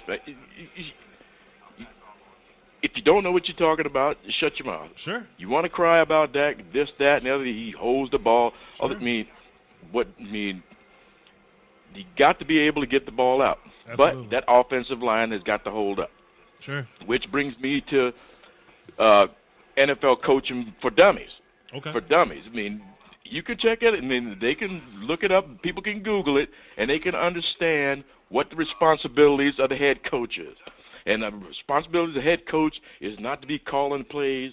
Not to always be calling plays on offense and defense. And that's why he's got coordinators. That's why he got offensive coordinator. That's why he got defensive coordinators. That's why he has tight end coaches, quarterback coaches, defensive line coaches. The front seven line coach. That's why he has the coaches, because those coaches for defense. For defense, they got to have some kind of expertise, else they wouldn't have a job. Right? Sure. They wouldn't have a job. Sure. There goes with the coordinator, whatever. So if a coordinator is bad, he needs to up his game. If he can't up his game, then it's time to move on from it. But then you still have to have somebody that's going to.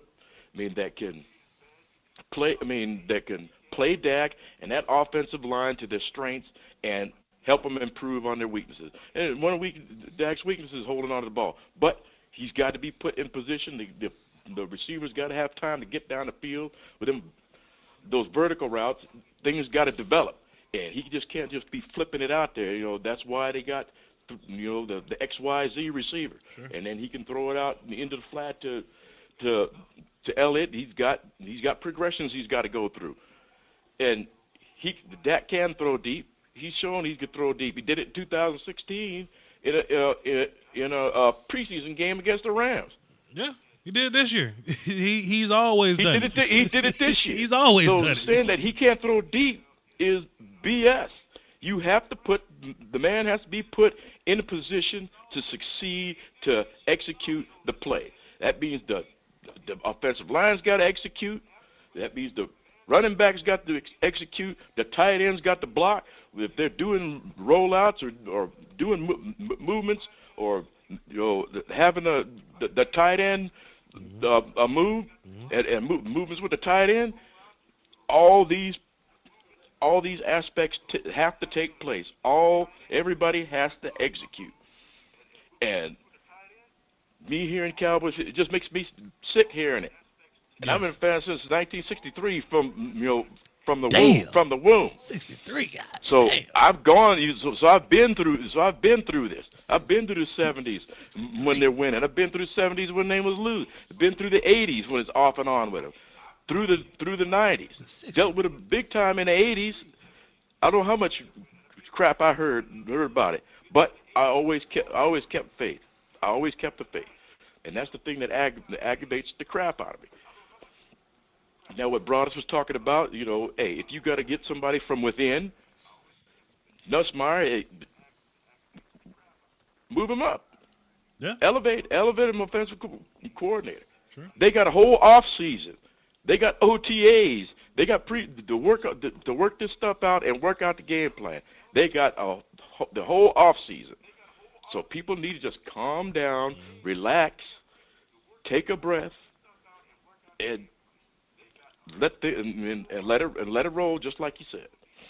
Yeah. It's too easy. And if you don't know what you're talking about, you need to get on. That goes for the new fans or the fans that are in, especially the ones, them 80% that got that are crying, regardless, whatever. And another thing I want to put out there, y'all need to stop calling freaking Voch the 80%er coach. You know, quit with that stuff. You got to quit with that. The fan of the 80%ers, y'all got to quit with that mess. I'm sick of seeing it. It aggravates me. The 80%, they look at this like it's a faction, like it's a group to just be in, you know what I'm saying? But the 20%, we actually invite people with open arms. We want to be the 25%. We want to be the 30%. We want the most intelligent fan base, you know what I'm saying? Like, have you ever just heard just heard Raiders fans talk? Boy, Raiders fans make my head hurt. Damn Eagles!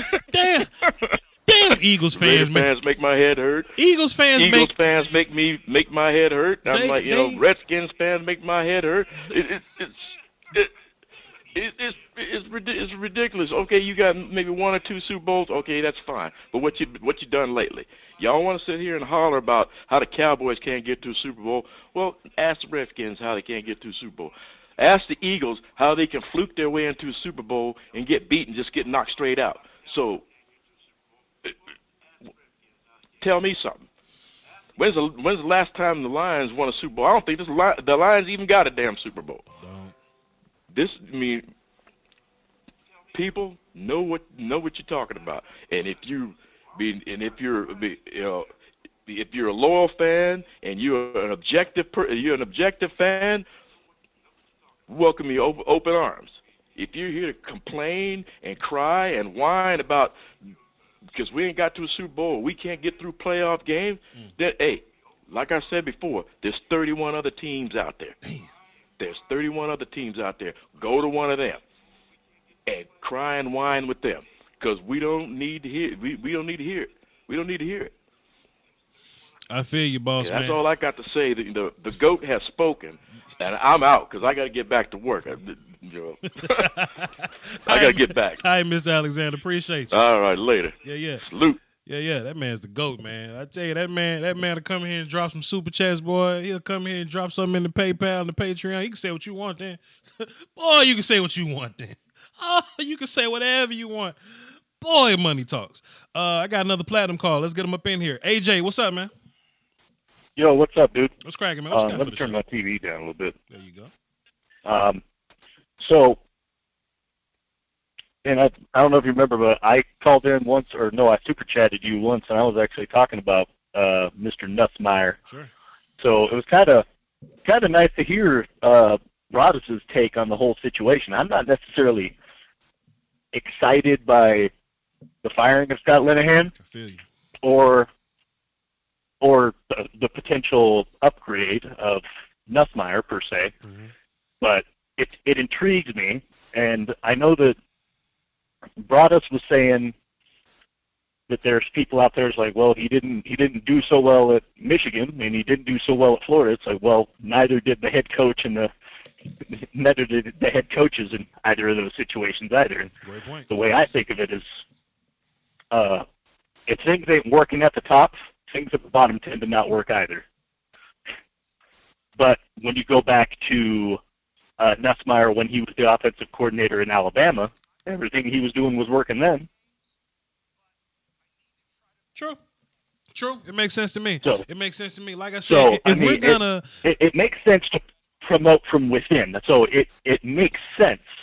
But I think the biggest thing that I was seeing that needs to change isn't that I think Linehan was creative with his plays and stuff. So I agree with you there, and he was creative, coming up with some creative concepts and some creative, stuff like that. It's the situational creativity that I think was partially lacking. There were some times that, like, in short yardage situations, or especially in the red zone, you're just wondering, like, just lots of head scratches. Like, why is he calling that play? Like, why are we running that? Yeah. Yeah. I just want what's best for the team, I just want what's best for the team. And I know sometimes people can make changes in the infrastructure and they end up worse. It's just a dice roll. Like, can we win with Scott? Sure. We sure can. You know what I'm saying? I just don't want us to lose with somebody else. That's all I want. So if we're going to get a new OC, man, I want that to be a level 100 Mewtwo. You know what I'm saying? Like, I want top, the best cuts of meat. But that's just my opinion there. But we'll see. And that's the thing too. It drives me crazy about so-called fans. I hate the term fan. I don't even like being called a fan in the first place, because fan is short for fanatical, and fanatical people are prone to irrational thoughts and behavior. Sure. That's just kind of the way that thing works. Webster Dictionary. I feel you.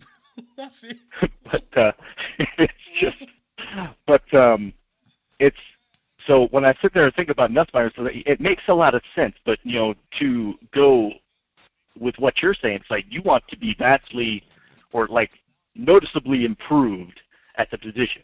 Does Nussmeier give you that? If it happens, like, we'll see. Right. But on the surface at this point, I don't see a whole lot of. If I'm not optimistic about that improvement being made, like, to that degree. Totally agree, fam. But it's like, and like Broadus was saying, earlier on the radio, it's like, you got to have a plan in place. Like, you don't just fire people to fire people. It's just like that's how companies go bankrupt, and teams like the Browns, just they stay at the bottom of the barrel for decades on end and stuff. Like, you just fire people, just make change just to make change and stuff. It's like Cowboys have something that's been working for the most part, with the exception of some crazy injuries and other things happening, and suspensions like what happened to Zeke last year, and Romo laying down to go ouch, as you put it. Outside of that happening, these Cowboys have been at the top of their division and at the top of the NFC for the last while. True, so man. What they have at the top, Jason Garrett, what they got at the top's been working. And what they did last year with the defense, brought in a little bit of spark and stuff. And I think what they had was working with Marinelli before, but bringing in a little bit of, some fresh vision from our boy Chris Richard, kind of gave it some extra juice and stuff.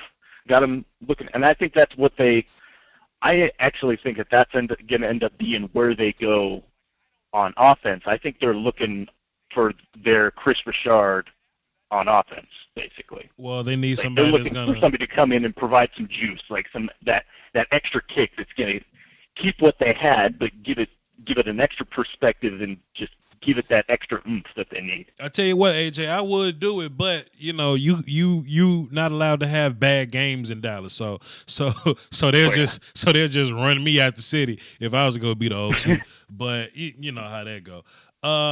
Yeah. That's all you got though, AJ? You good?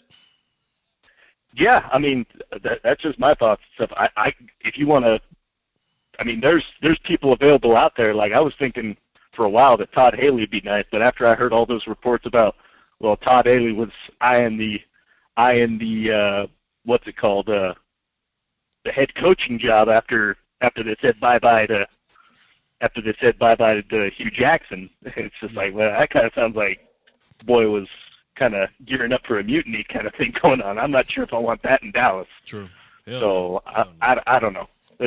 There's people out there and stuff, but I am really intrigued to find out where they go. Nussmeier makes a lot of sense just because of familiarity with the system, but I don't know. Yep. Appreciate you, AJ. Thanks for the call, man. Yeah, thanks. Yep.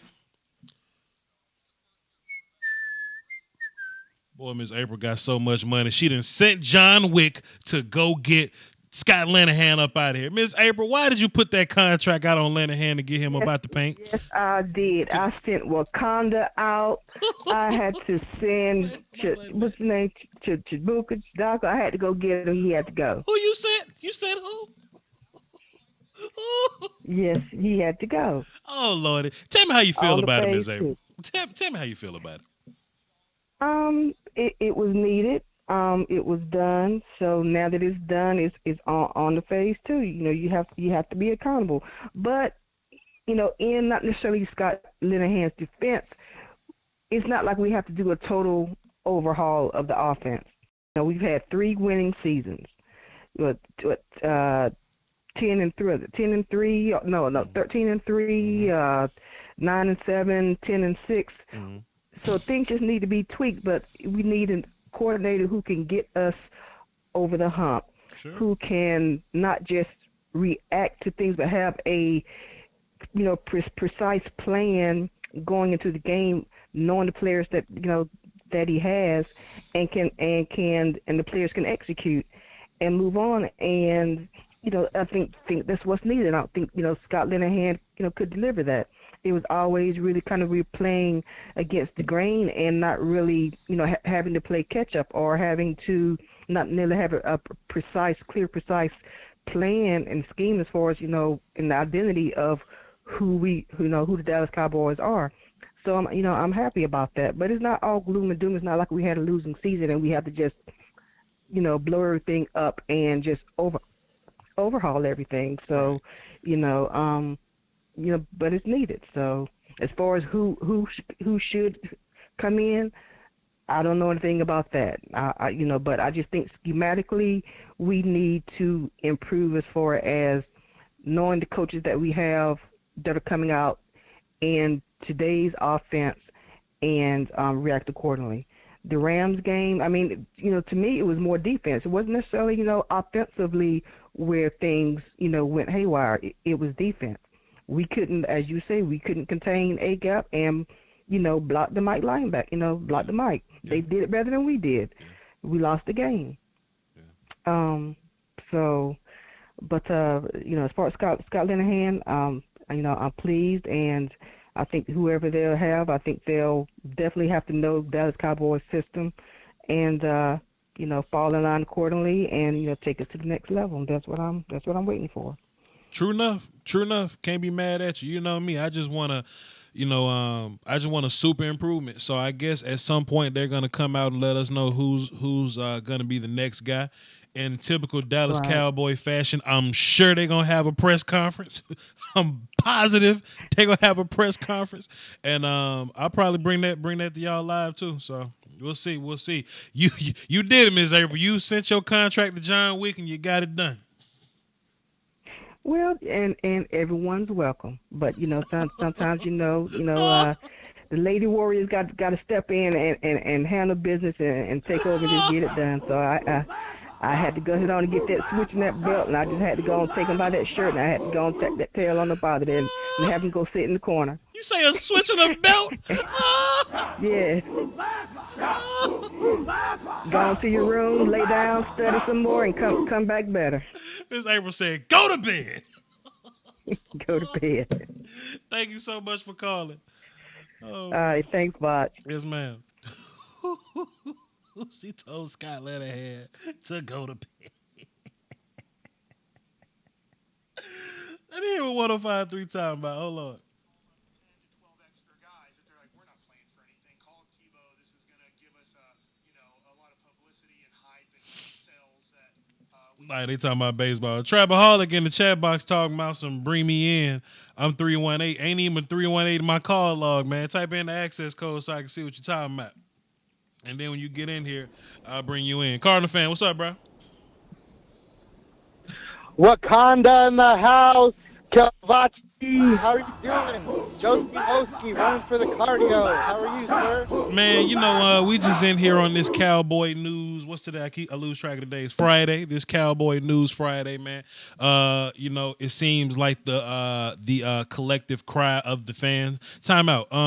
Rodney Frank dropped a dub in the super chat. Thank you so much for supporting. The Cowboys fans, they just wanted to collectively put their hands in the air and give all their energy to the Spirit Bomb, the Genki Dama, and they just wanted to get my man's Linehan up out of here, and Linehan's up out of here. Should have been Garrett though, right? Nah, man, I ain't typical like that. I ain't that typical now. Voch, hey, I just wanted to say really fast before I make my comments and get on my way. I love Miss April. I've been listening to her show for so long. She is cold, man. Shout out to Miss April. She's awesome. She's a beast, man. And also, I wanted to say, too, just that I'm proud of you. I've been watching your recent videos, and, I've been following you for a couple of years now, and you're doing a great job, Voch. I mean, the content is quality, and because of that, I think that's why you're rising to the top, and outside looking in, man, you're doing a great job, man. Keep it up. So if everyone out there that's listening, hook Voch up. At the very least, hit that like button, hit the subscribe, and, that's free. And more importantly, hit the share button. Let's spread Voch's message around and help this guy out. So, yeah, Voch, keep up the great work. It's really fun to watch from afar over an extended period of time. So, I wanted to chime in with this Linehan thing. Y'all want him in Arizona? I think it was. What's that? Do y'all want him in Arizona? I don't know what I want in Arizona, man. I'm not even gonna front. I mean, I don't know. I think they need some fresh blood. I mean, the problem with the Cowboys is you guys are an elite team, have been for a long time, but can't get over the hump. Sure.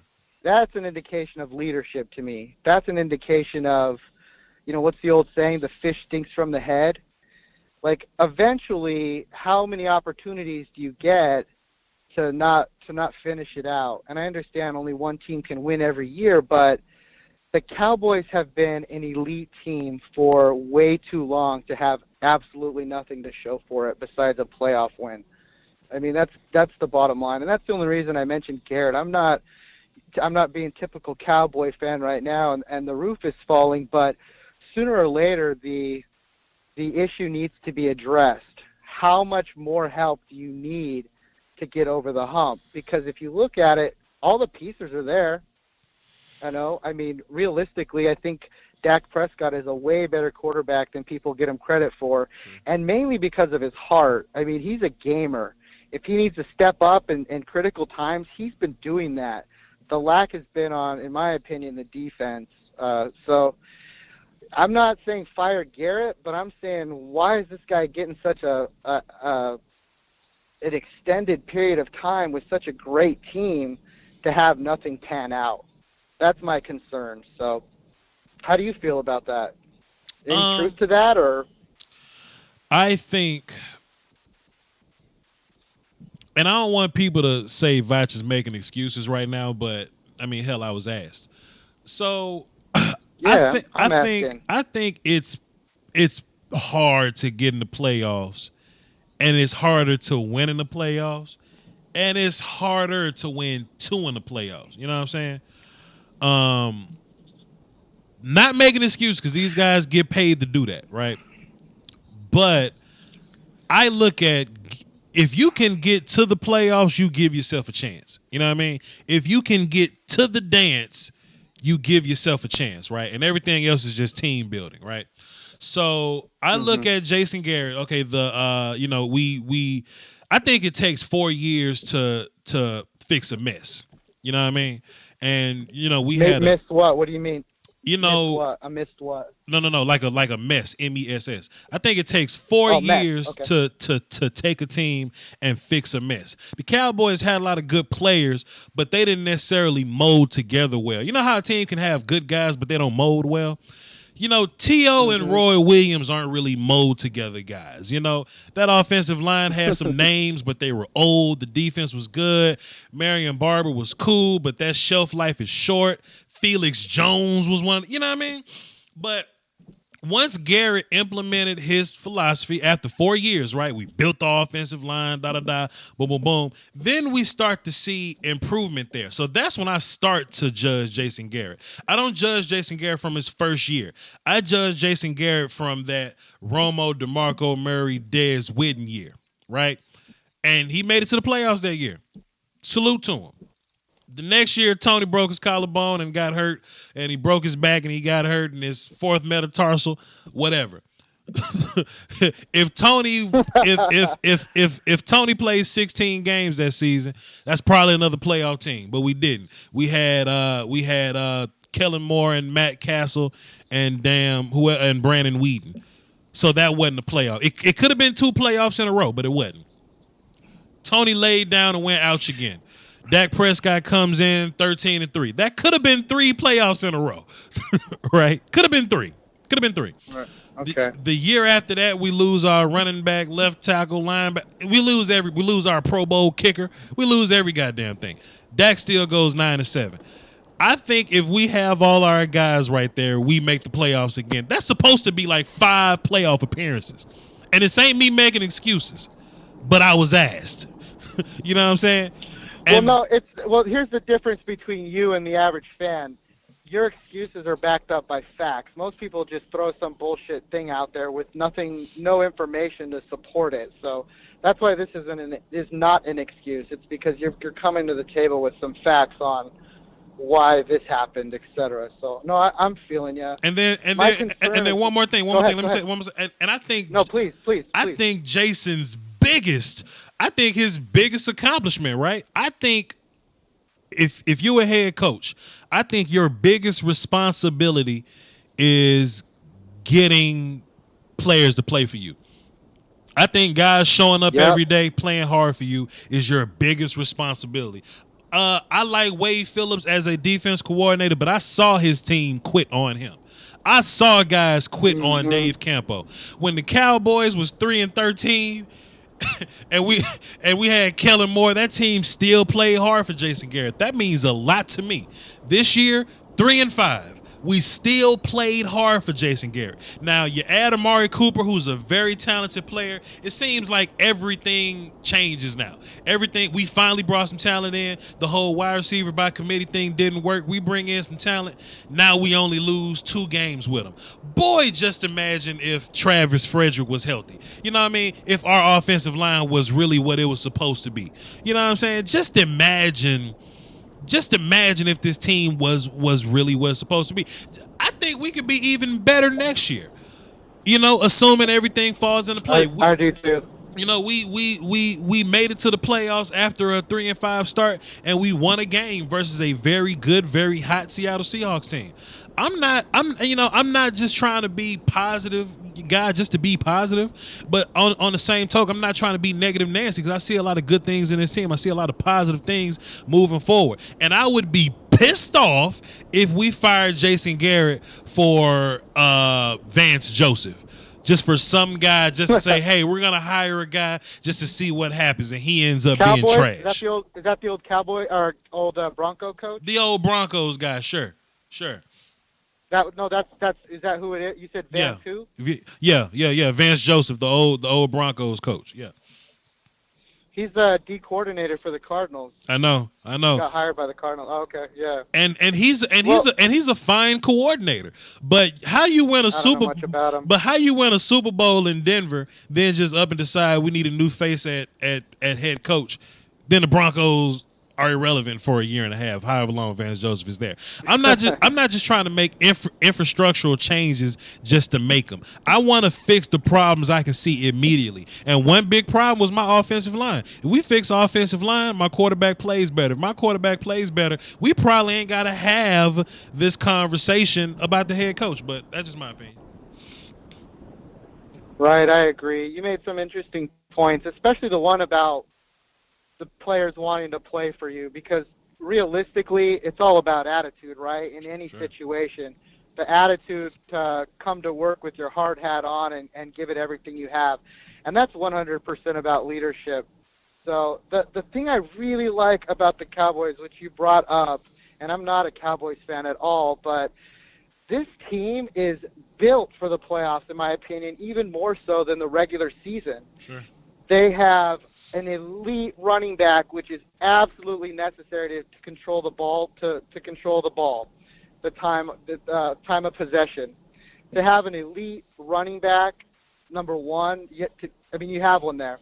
You guys picked up that Amari Cooper, to open things up. Mm-hmm. So I think you're spot on with the offensive line, and if it can get shored up, that's my whole problem with the Cowboys. You guys have so much talent, and it feels like you're consciously built to win in the playoffs. Mm-hmm. And so for it to not happen because of injuries, everybody has injuries. It's just kind of sad to see. So last thing, what do you think Jason Garrett, what's his best quality as a head coach? Is it just that he can motivate his players, or is it he's an offensive-minded genius? What does he do well or bring well? What does he bring to the table that would be his competitive advantage over other head coaches? I'm not really sure. I don't follow the team that much. All I see is the results, which is really hard to, like you said, to defend it is almost to make an excuse, but that's not the case. So what does he bring to the table that other coaches don't have, or that would make him want to stay there? Let me preface this by saying I don't think Jason is an elite coach. Let me say this. Jason Garrett is not a top-tier elite coach. He's not that. But interesting. He's not. But how many top-tier elite coaches are there in the league? Maybe 4, 5 maybe.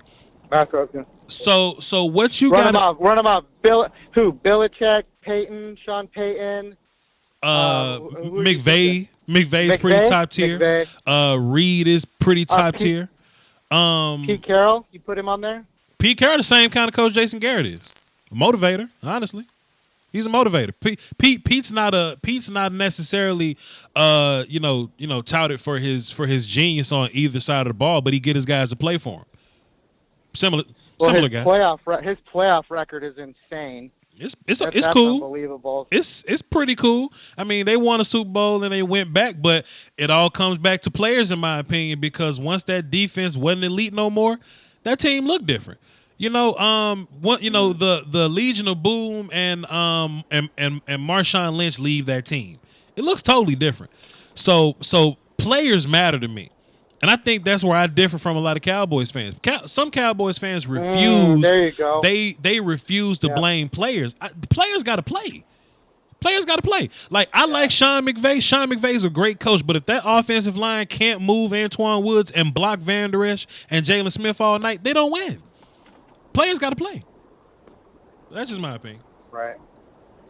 So you don't think Garrett's an elite coach, but he's not. Jason Garrett is not. He's not an elite coach. But what you got to do is you got to find a guy that can motivate your team, and you got to get a team that can play. That's just my opinion. That's just how I feel. Right on. But he does that well. He does it well, man. He motivates the hell out. His guys play for him.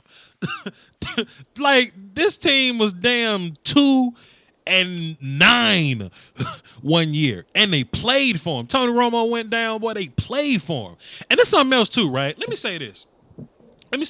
I think Jason Garrett gets a lot of fingers pointed at him for like bad shit, but we don't say nothing about Jason Garrett winning games with a third string fourth round quarterback. I like Dak. I like Dak, and a lot of people want to push Dak off a bridge. There are thousands of people, plenty of people that say Dak Prescott is trash. Well, Jason Garrett is winning with him.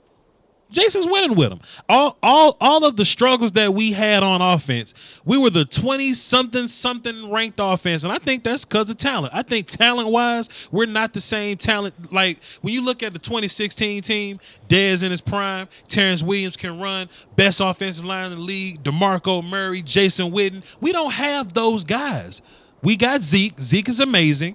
We added Amari Cooper later on. Then the rest of the receiving core are kind of okay to developing guys. Offensive line is not great. You mean to tell me we got the 20-something ranked offense and we can still go to the playoffs, win a game, and lose to the Rams by 8? They don't give Jason credit for that shit. They don't give him credit for that. But whatever. I ain't mad Whatever. at him. You know what? Dak Prescott, though, circling back to Dak Prescott, because you mentioned him, he is recognized game, first of all. The guy's a fucking gamer. Pardon me, my friend. The guy's a gamer. Mm-hmm. He'll get it in. He'll make it happen. He has that kind of heart. And when you think about the background and third-round pick, he's progressing every year at the hardest position in all of professional sports. It's hard for me to take someone serious when they say that Dak Prescott is garbage. Yeah. Because he's absolutely not garbage. Absolutely not garbage. Especially to find that guy in the third round. Are you freaking kidding me? When only 30% of first rounders overall hit and are even in the league 3.5 years later. So to find that position in that round with that progression, I mean, it's incredible, and you're right. He doesn't get enough credit. He's not trash. He's a great quarterback and someone that you can grow with and mold. And I don't know this, but he seems like a humble guy. I don't know that I've ever seen him talk shit about someone else or throw anyone else under the bus. To the contrary, it seems like he actively takes that responsibility or ownership of a loss. Sure. So I like Dak Prescott, and I'm not a Cowboys fan at all. I just like what he offers, where he's come from, and how much hard work he's putting in. Sure. Anybody to be in a professional, the NFL at that position, and to progress year after year. I don't care who you are. That's hard to do, and does not just happen. That's with sincere effort and just hard work. So I think you guys are in a great spot. I'm a little jealous myself, but you guys have a great team. I really appreciate your insight, Voch, as always. And you got a little freestyle to walk me out? Yo. Cardinal fan walking out. What you talking about? Chalk him out. Linehan going John Wick. Scope him out. Bam, bam. Magpool magazines. Get him out of here. Nussmeyer. He's fired. Nussmeyer. Linehan's fired. Get out of here. Yeah, boy. Get out of here. That's worth $1, people. That's at least $1 in the Patreon or PayPal or Super Chat.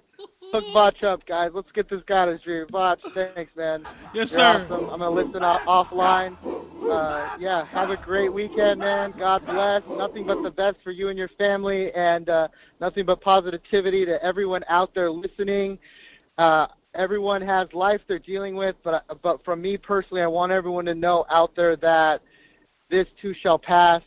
Whatever you're grinding on right now, it's definitely for a purpose, and there is another day. Stay positive because attitude is everything. It's the filter that we view the world, and even a glimmer of positivity can make a serious impact in your own life. So everybody out there, stay up.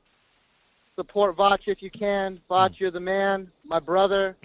Someday, man, I'm going to dance at your wedding. We're there, dude. Have a great rest of your day. Yes, Take care, man. Yes, sir. Salute. Nene, you heard that Cardinal fan say you're going to dance at our wedding. Can't beat that with a stick, man. Can't beat that with a stick. Yeah, man, at some point, I just stopped looking at numbers. I don't care about how many yards Dak throws for. I don't care about how many years Jason Garrett's been in this system. I want to know what works today. And if my team is going to play hard for Jason Garrett today, and if they're going to line up and not quit on Jason Garrett today, and if my quarterback can go out and get a W today, I don't care about him throwing for 3,000 yards. Let's look at the leading quarterback stats. Let's take a look at the stats. I'm going to take a look at the numbers here. I'm going to take a look. I promise I'm going to get to these calls. Let's go NFL quarterback stat leaders. Let's go stat leaders. Let's see what the league talking about. Let's see how many guys. Let's take a look at the guys from Dak Prescott. And I know we're here to talk about Linehan, but let's just look at the guys from Dak. Dak Prescott. Let's look at the stats here. Who's the league leaders? Dak Prescott. No, we're not. Damn, ain't that a bit? I see Dak Prescott as like number one. I'm like, what you mean, Dak? Offensive leader, passing yards. Has Dak thrown for the most yards in the playoffs? Is that a thing? Dak has thrown for the most yards in the playoffs. Goddamn. Now Dak has played 2 games, but he's still thrown for more than Nick Foles, Phillip Rivers, and Andrew Luck. That's wild. Dak has thrown for the most yards. Goddamn, that is crazy. No, I need the season though. Show me the season. 2018 regular season. Boy, Dak then out threw Luck and Phillip Rivers and Nick Foles. Boy, I'm proud of my quarterback. Let's take a look at these passing stats, man. Let's take a look at these numbers here.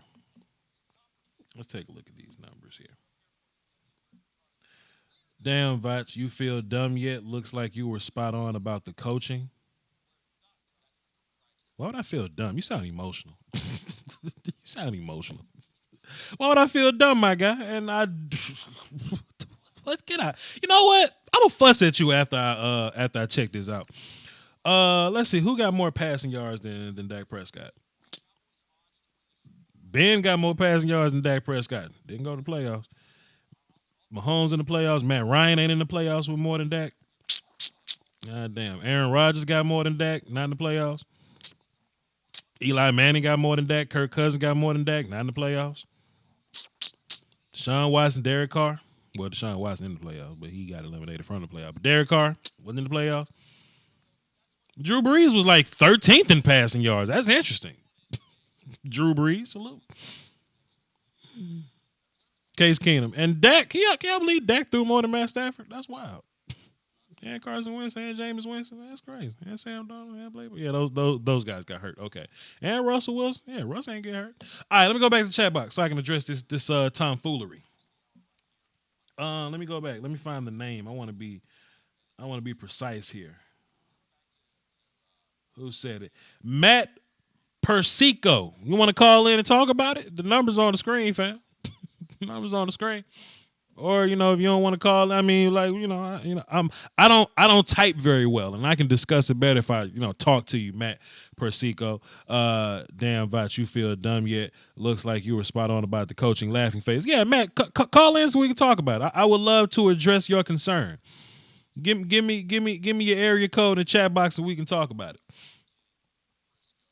I am emotional. I'm happy Scott Linehan is gone. You've been arguing for an effing year and more now that Scott Linehan wasn't the problem, even though all our players called him out. This is my thing. And you can still feel free to call in. This is my thing. Scott's play calling wasn't the problem with me. Now, can you improve from Scott as a play caller? Sure, you can get better. But Scott wasn't the reason we were losing. Not being able to pass the ball effectively were the reason we were losing. Not having Amari Cooper and people crowding the box with 9 guys. Like, we didn't see too high until Amari Cooper got here, right? Let me turn this 105.3 down because I'm getting distracted. We didn't have too high coverage till Amari Cooper got here. You know what I'm saying? So, of course, it'll be hard to call an offense with a running game that really can't get going because the box is so nasty and we can't pass the ball effectively because we're receiver by committee. But let me address this, though. When goddamn Amari Cooper got here and we went on the streak, shit looked a lot different, didn't it? Shit looked a lot different, didn't it? Your goofy ass. Didn't it look different? It looked different, didn't it? Your goofy ass. And if you want to talk about the Rams game, talk about the Rams. Boy, why would we run directly up the middle in the thing? I showed it on my film session because I backed things up with film. It was blocked fine. Looney just got whooped. If Looney didn't get whooped, that's a first down. How is it? What are you saying? What are you saying? Call in so I can talk to you. I ain't finna chat box with you. Call in to talk to you. Call in to talk to me. Plus, I've been saying all year, if you want to shoot Scott Linehan, shoot Scott Linehan. If you want to push Scott Linehan off a bridge, push Scott Linehan off the bridge. I've been keeping that same energy all year. But the difference is, yes, you can win with Scott Linehan. Make sure you know what the hell I'm saying to you. Gee, emotional ass. If you want to kick Scott Linehan off a bridge, kick him off the bridge. Kick him off the bridge. But you can win with Scott Linehan. Player execution. Because when the players execute, what the hell we do? Win with Scott Linehan? Goofy ass. How the hell is he not the problem when we ran directly down the middle? We got a touchdown running down the middle. You want to know why we got a touchdown running up the middle? Because it was blocked correctly, and we got the best running back in the league, and he turns 0 yards into 3. That's why we ran the ball up the middle.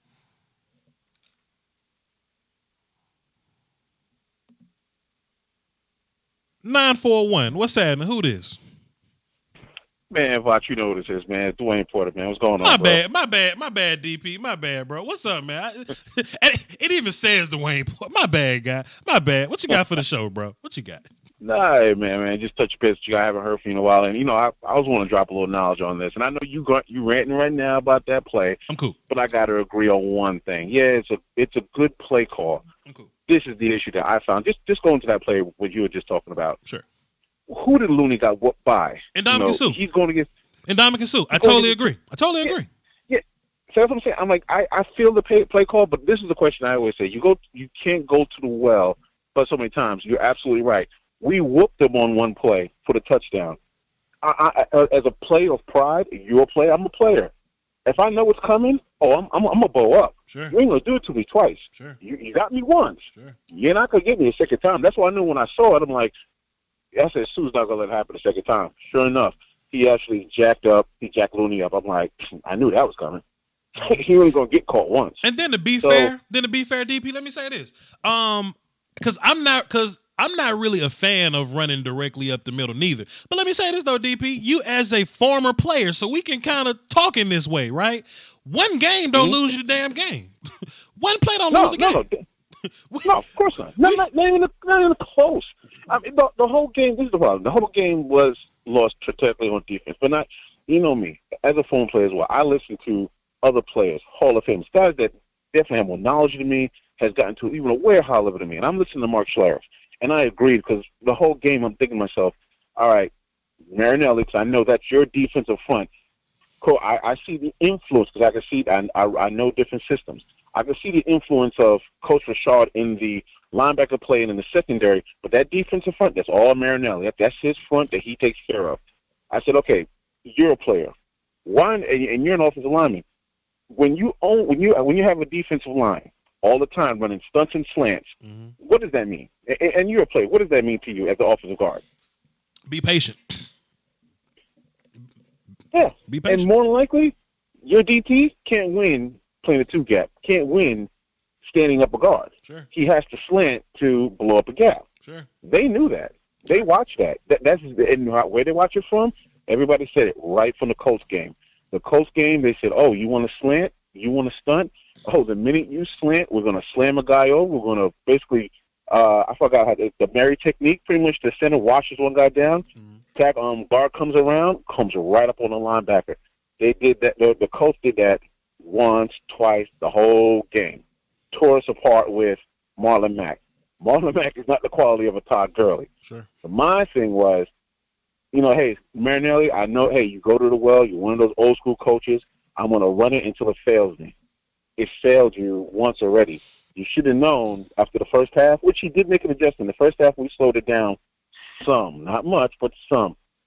We needed those big bodies. We need those big two-gapping kind of DPs that, you know what? Sure. I'm not going to allow your guard or your center to come up on my linebacker. Sure. You got to deal with the big boy in the middle, i.e., what did Chicago Bears do? The Chicago Bears ate that line up because Hakeem Nicks and Eddie Goldman did not allow none of those guards or centers to come up on those linebackers who are undersized. Sure. Javethon and their first-round draft pick, forgot his name real quick, they're undersized linebackers. They're about 230, 230, and all they do is run. Those big boys in the middle who's 340 plus, they couldn't get off those cats. So if I say one of draft need that we're going to need coming into this year, we're going to need a big boy in the middle that's going to allow, that can actually move and play the slant and the stunt gap that I know Marinelli loves to play. He has to have the mobility to play that, but he has to have the flexibility to be able to come back and be an effective two-gap defensive tackle. Because, again, someone else is going to do the same thing to us. So that's on that. The Linehan situation, I'm screaming for the longest. Linehan's system is not bad. Linehan's sequence of plays is horrible. Sure. I'll give you evidence. You love giving evidence. He scripts his first 15 plays of games. And how many times do we go down the field, score, get a field goal? We always do well in our first 15 plays because it's scripted. And he watched the team. He basically makes his game plan off of what he saw. It's the rest of the game that he doesn't have a good feel. And I always say that because everybody says, "Oh, well, he did well." When your caller said it, "Oh, well, he did well when he was with the Lions." No, he didn't. He had Matt Stafford, who is a very strong arm quarterback, and he had Megatron, the most physically mismatched at wide receiver that probably ever lived. And they weren't the number one duo in the league. I mean, the dude was blown by double teams. He was monstering double teams. You could throw it up to Megatron anytime you want. He was coming down with a touchdown. He didn't lead the league because his offense didn't really call for that. So I looked at his offense. It's always been a good offense, but not an offense that's going to win yourself a Super Bowl. Will it win you games? Yes. Won't win you a Super Bowl. And then just like another one of your callers says, our offense was built to go into the playoffs. You're going to need an offensive system that's going to have to be able to win, a Super Bowl. Now, my three picks that I like, and hey, you can chime in with me on this. Gotcha. My first pick, I personally want Bill Musgrave. He's not a big, sexy name, but a lot of people don't know that was the offensive coordinator with the Raiders when, what's our boy name, Amari Cooper had his 2 All-Pro seasons. Yeah. And Derek Carr had his MVP those 2 Pro Bowl seasons. He was the offensive coordinator. He has a tremendous pedigree. He also knows how to coach quarterbacks. That's something I don't hear a lot of people. Everybody want to get the new, flashy, new OC. Please, everybody who thinks that way, always remember, Sean McVay for one season in Washington was on Cousins with his best statistical year ever. He coached a quarterback. He developed Cousins to even a higher level. That's how Cousins got his huge payday. Wasn't because of John Gruden. It was because of Sean McVay. I.e., Sean McVay was able to get that job and develop golf to where he is now. We need just not an offensive coordinator. We need to have somebody help Dak get to that next level. So you do hear all these as you love to call them, the peanut gallery, get off of Dak. Because now you give him a coach that develops him to the next level of his quarterback maturity. Now we're going to see the whole thing get put together. But I just don't need offensive plays called. I need a guy that's going to be able to tell Dak, hey, Dak, you know what? 1, 2, 3, stick your foot in the ground, throw into the space. The wide receiver's job is to get there. You need that kind of effective coaching as a quarterback coach. That's why I like Bill Musgrave for that. My second one, Darrell Bevell. A lot of people forget. Darrell Bevell spent, 3-4 years with the Seahawks? Mm-hmm. And who did he develop? Who did he develop with a running game and a defense? Mm-hmm. Russell Wilson. Mm-hmm. He developed Russell to use his talents and his legs, keep him moving in the pocket, because, again, he wasn't a pocket passer. Everybody knows Russell was not a pocket passer when he came out, but he was able to move the pocket, use his weapons effectively. And what did he stick to? He had the best running back at that point in the league, which was Marshawn Lynch, and he used them well. So he knows how to deploy the running game and make play-action passes and work one. I like Darrell Bevell. The last one, a lot of people are against him, but I don't see anything wrong with the guy, which is Hugh Jackson. Hugh Jackson did one heck of a job with Andy Dalton. Andy Dalton's best 3 years in Cincinnati was under Hugh Jackson. Please tell me what's wrong with it. Everybody says, well, he's a bit of a cancer. He only had one problem, and that's at Cleveland. One of your callers talked about Todd Haley. Guys, just remember, you go back and remember this. Todd Haley was with the Cowboys as wide receivers coach. Mm-hmm. Had to blow with Terrell Owens. They almost got into fisticuffs. Todd Haley went to Kansas City, had a falling out with the players there. Todd Haley went to the Steelers. Him and Ben Roethlisberger had a fallout. That dude does not need to be around players anymore. I mean, that's just my opinion. When I can literally give you almost four teams that man has been on, including now the Browns, and he's had a falling out everywhere. Stop. That man does not need to be an offensive coordinator, especially with us. We don't need them kind of problems anymore. But Hugh Jackson, I think as a coordinator, he's a very good coordinator. Head coach, probably not. But as a coordinator, oh, yeah, I think he is very, very solid. Those are my three choices. And, again, these guys can work with Dak, can help develop Dak. I don't want an offensive coordinator who's just a hotshot who cannot work and develop a quarterback. And that's the problem. It's not going to work for us. That's the problem. I think a lot of this is politics. You know what I mean? I think the reason Linehan's gone is politics. I think one of the reasons Kellen might be gone is politics. Like, I think the fans play a role in this. And I think that's why Hugh Jackson won't be an option, because politics. Because if we say, hey, y'all, what about Hugh Jackson? The fans going to go, the Browns guy? Hell no. You know what I'm saying? Like, they and that's why I appreciate you, DP, because you coming with conversation, you coming with names, you coming with thought out points. I appreciate you. They're gonna see the name Hugh Jackson and go, I don't know, man, that's that Browns dude. I ain't trying. How many times have we seen on social media or in this chat box? How many times have we seen and we go, man, I want a young coach to come up in here and make the offense flashy? You know what I mean? They want that next. Not realizing what I just said. Y'all want McVay, didn't realize McVay developed a quarterback. He had the resume developing Cousins.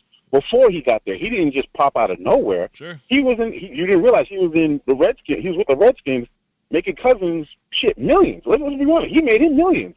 And you saw what Cousins looked like afterwards with the Vikings. Sure. Man, it looked straight trash. But he's paid. Hey, sure. Cousins, hey, what is Cousins? Hey, I'm paid. McVay got me paid. McVay's about to get golf paid. Nussmeier, I don't know. I don't know about Nussmeier neither. But the only thing that I kind of want to see happen, and this ain't me disagreeing with you necessarily, I want to see what Kellen Moore can do.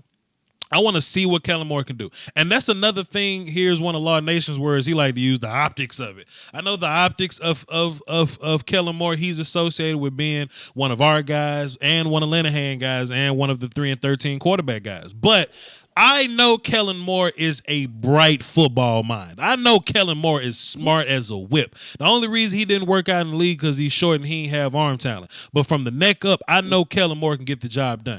I would like to see what he can do. I just want to give him a try. You know what I'm saying? Because I remember watching him in Boise State. And Boise State didn't run no typical little air raid joint. Boise State was able to get some reads up in there because Kellen Moore was able to read it and throw it. You know what I'm saying? I think a guy like Kellen Moore can help Dak. Plus, we see Dak doing things now that he didn't always do.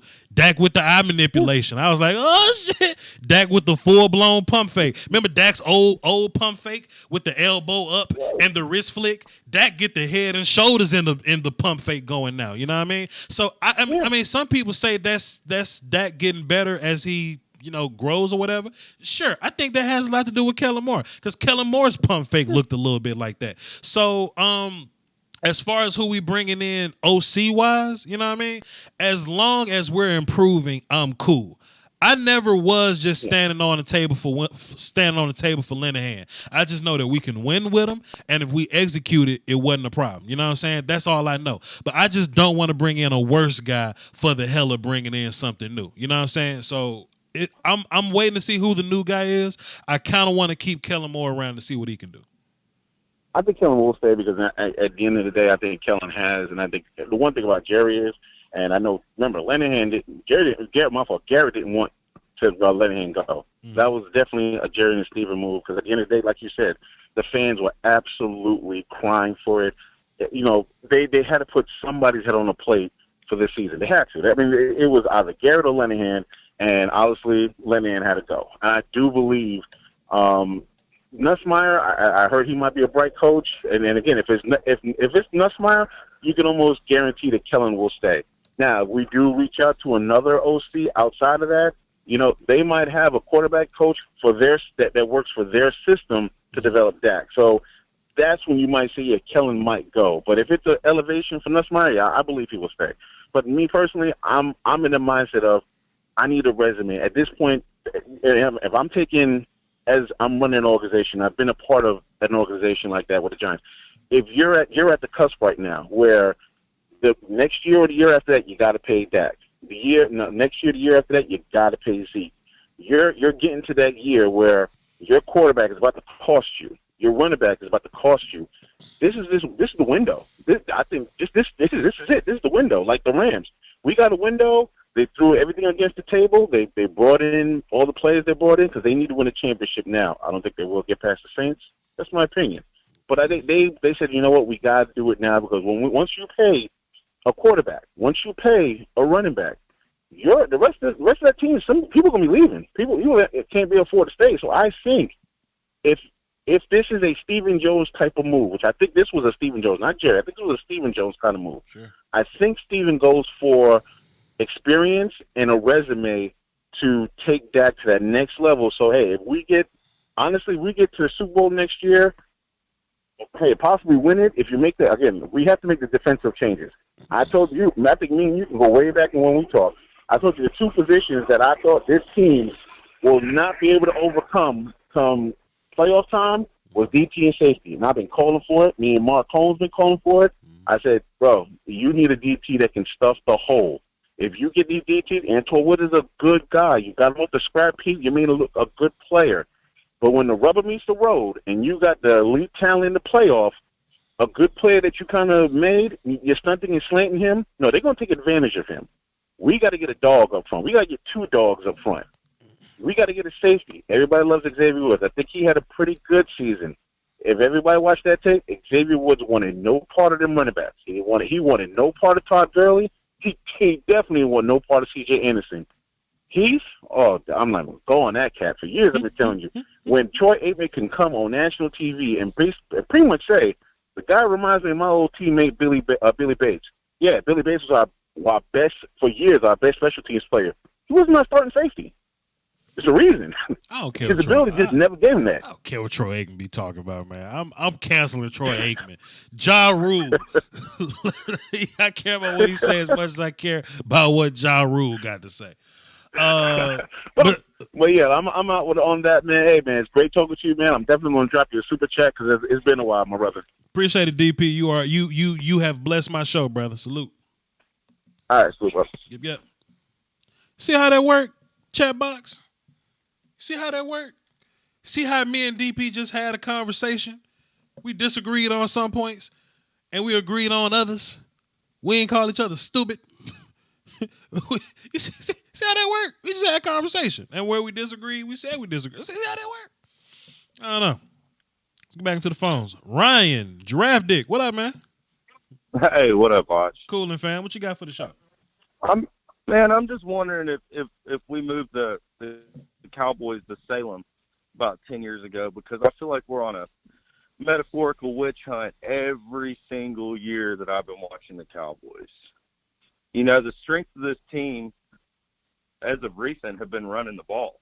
Sure. On that 4th and 1 play against Seattle, I would have bet my house, and I would have ran that same fucking play. Sure. I mean, you put the rock on the best player you have, and you send him right up the gut. Yeah. And 9 out of 10 times, Zeke picks that up. Sure does. The problem with Cowboys fans is we see these misdirections and all the stuff that the Rams are doing, and people come to the conclusion that we're the same type of team. We're a meat and potatoes team. Scott Linehan was not handcuffing us. He was playing to the strengths of the team that we had. Mm. And you know, our offensive line, I'm not going to say it was as good as it was last year, because we all know that, you know, we had Looney and trash-ass Tuifulo or Fullo or goddamn Fool. You know, and Connor just needs a year to put some weight on. But he was coaching to the strengths of what we do best. Sure. He wasn't sitting there trying to go out of his element, reaching for something else. He had a formula that he knew, hey, if I pack the ball on Zeke 30 times a game, whether I'm running it 20 times and throwing it to him 10, we have a good probability of coming out on top, even if it might be a close scoring game. And I sit there and feel like, okay, the next guy we're going to bring in, everybody wants these flashy bells like Cliff Kingsbury. We're not playing Big 12 defenses. You want Zeke starting off back there in the shotgun, running out of the running gun? Because I sure as hell don't. That's true shit. That's true. I don't want to see bubble screens 70% of the time. I'm trying to, if it's me coaching and calling plays, I want that meat and potatoes game. I want to run the ball down their throat, play action it, and hit the big one every once in a while to either Gallup or Cooper. But when it boils down to it, even these fans that were calling, oh, we want the run pass option, we want the read option. The read option is situational. We're not playing against college defenses. It doesn't work every freaking time. It's a situational play. And all these Cowboys fans that don't educate themselves sit there and think, oh, I'm the armchair OC and I would be airing it out because I see so-and-so doing this on the Steelers. And it's just, it blows my freaking mind. I'm not saying that we didn't need a change, because we might need a change. But at the same time, you can't sit there and say that he wasn't trying to win. Hey, man. I said it earlier, man. Politics, man. You know, the whole optics of the thing. Fans want it. Fans, they pulled out. They pulled out the torches and pitchforks, man, and they want Linehan up out of here. And I guess we adjusted accordingly. So, hey, man, we'll see. We can only sit around and see who's the next guy going to be. But damn, dog. I think it's you know, if we're not blaming Jimmy Johnson, if we're not blaming Bill Parcells, if we're not blaming Dave Campo, if we're not blaming Scott Linehan or anybody like that, we're going to find somebody to blame. But I encourage every Cowboys fan to go and look pre and post draft to when Will McClay was promoted and when he had his hand on the draft a little more. Because, hey, I like drafting good players, and what I tell Cowboys fans on Twitter all the time is, do you like drafting bad players? Do you want to build the organization, or do you want to go chase free agents? You know, and my thing is, I think overall, I've seen a turnaround, because I think I was 8 years old when I saw them win their last Super Bowl, and I'm lucky that I remember that. But the last 4 or 5 years, I've really seen a turnaround in this organization. Sure. And for these fans to be grasping straws, be fucking grateful. Be grateful about that win streak we went on. Whew. Be grateful that we're seeing a new page being turned over, that we're seeing a different style of Cowboys football that might just grow into something special. And I was really making that point in the past 3 shows, really. Like even when we would beat the Seahawks, when we should be celebrating a W, we complained about what we did and did not do. Like, man, like a lot of great teams ain't playing ball no more. A lot of bad teams ain't playing ball right now. You know what I'm saying? Like celebrate the good shit. People look at me like, yo, Voch, you way too positive. Be angry. No, I'm a football fan for good times, for wins, for W's. So when we win a playoff game, I'm going to celebrate.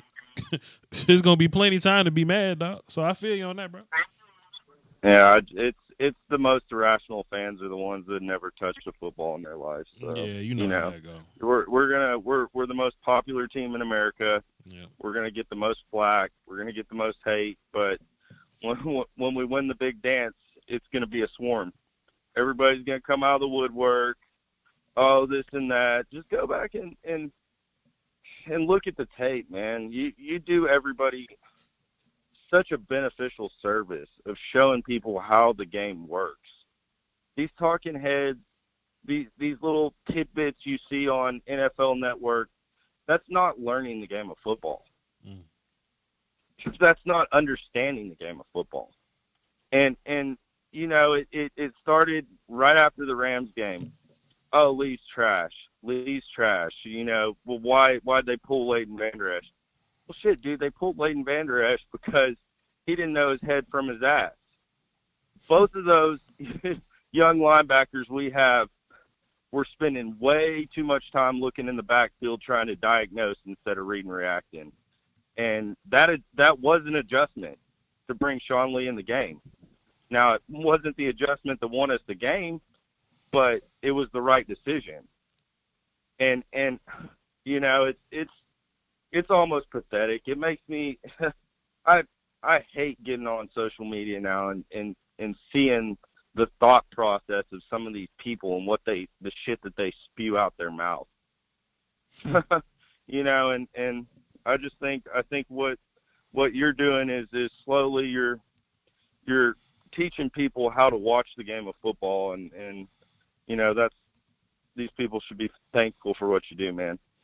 Hey man, I'm trying, man. I'm slowly trying to make the 20% the 25%, then the 25 to 30, and at some point if we can meet at 50, and hopefully the 80% would be the good side, and the 20 would be them. You know what I mean? So, yeah, that's the goal, man. That's the goal. Appreciate it, Ryan Giraffe Dick, for calling me. Hey, yeah, brother.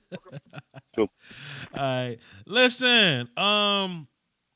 We've been here for 2 hours and 15 minutes. I gotta go, but I respect my callers, so I'm gonna give y'all a smooth 15 seconds to rapid fire this thing. 832, quickly. What's happening? Hey, Voch. What's happening? I'm just so I'm new to your channel and everything. I do watch some of your videos, when you break down film and everything. Okay. I'm not too proud. Well, I'm not too excited that we got rid of Linehan. I did want him fired just for the simple fact that it seems like whenever other teams take away our, let's say, a run game or something that we're really good at, it seems like after that we just can't adjust, and we just, it just kind of puts us in a hole after that, and it seems like we never get out of that hole until like basically the last 4 minutes of a game. Where Dak has to work his magic and try to get us, basically scoring at the last minute. So, I mean, like I said, right now I'm just like you. As long as we get somebody in there that's better than Linehan, and that's a great thing. But I mean, if we're gonna go back to the same old thing and bring in somebody who really isn't gonna get us over the hump and who's gonna make the same mistakes, then what was the whole point of getting rid of Linehan? True. I don't know if you catch my, True. Feel you on that, man. Appreciate it. Thanks for the call. Yeah, man. Long as we get better and don't just hire anybody for the sake of politics, for the sake of, we got to sacrifice Linehan to make the Cowboys fans happy. You know what I'm saying? Like, come on now, let's not do that.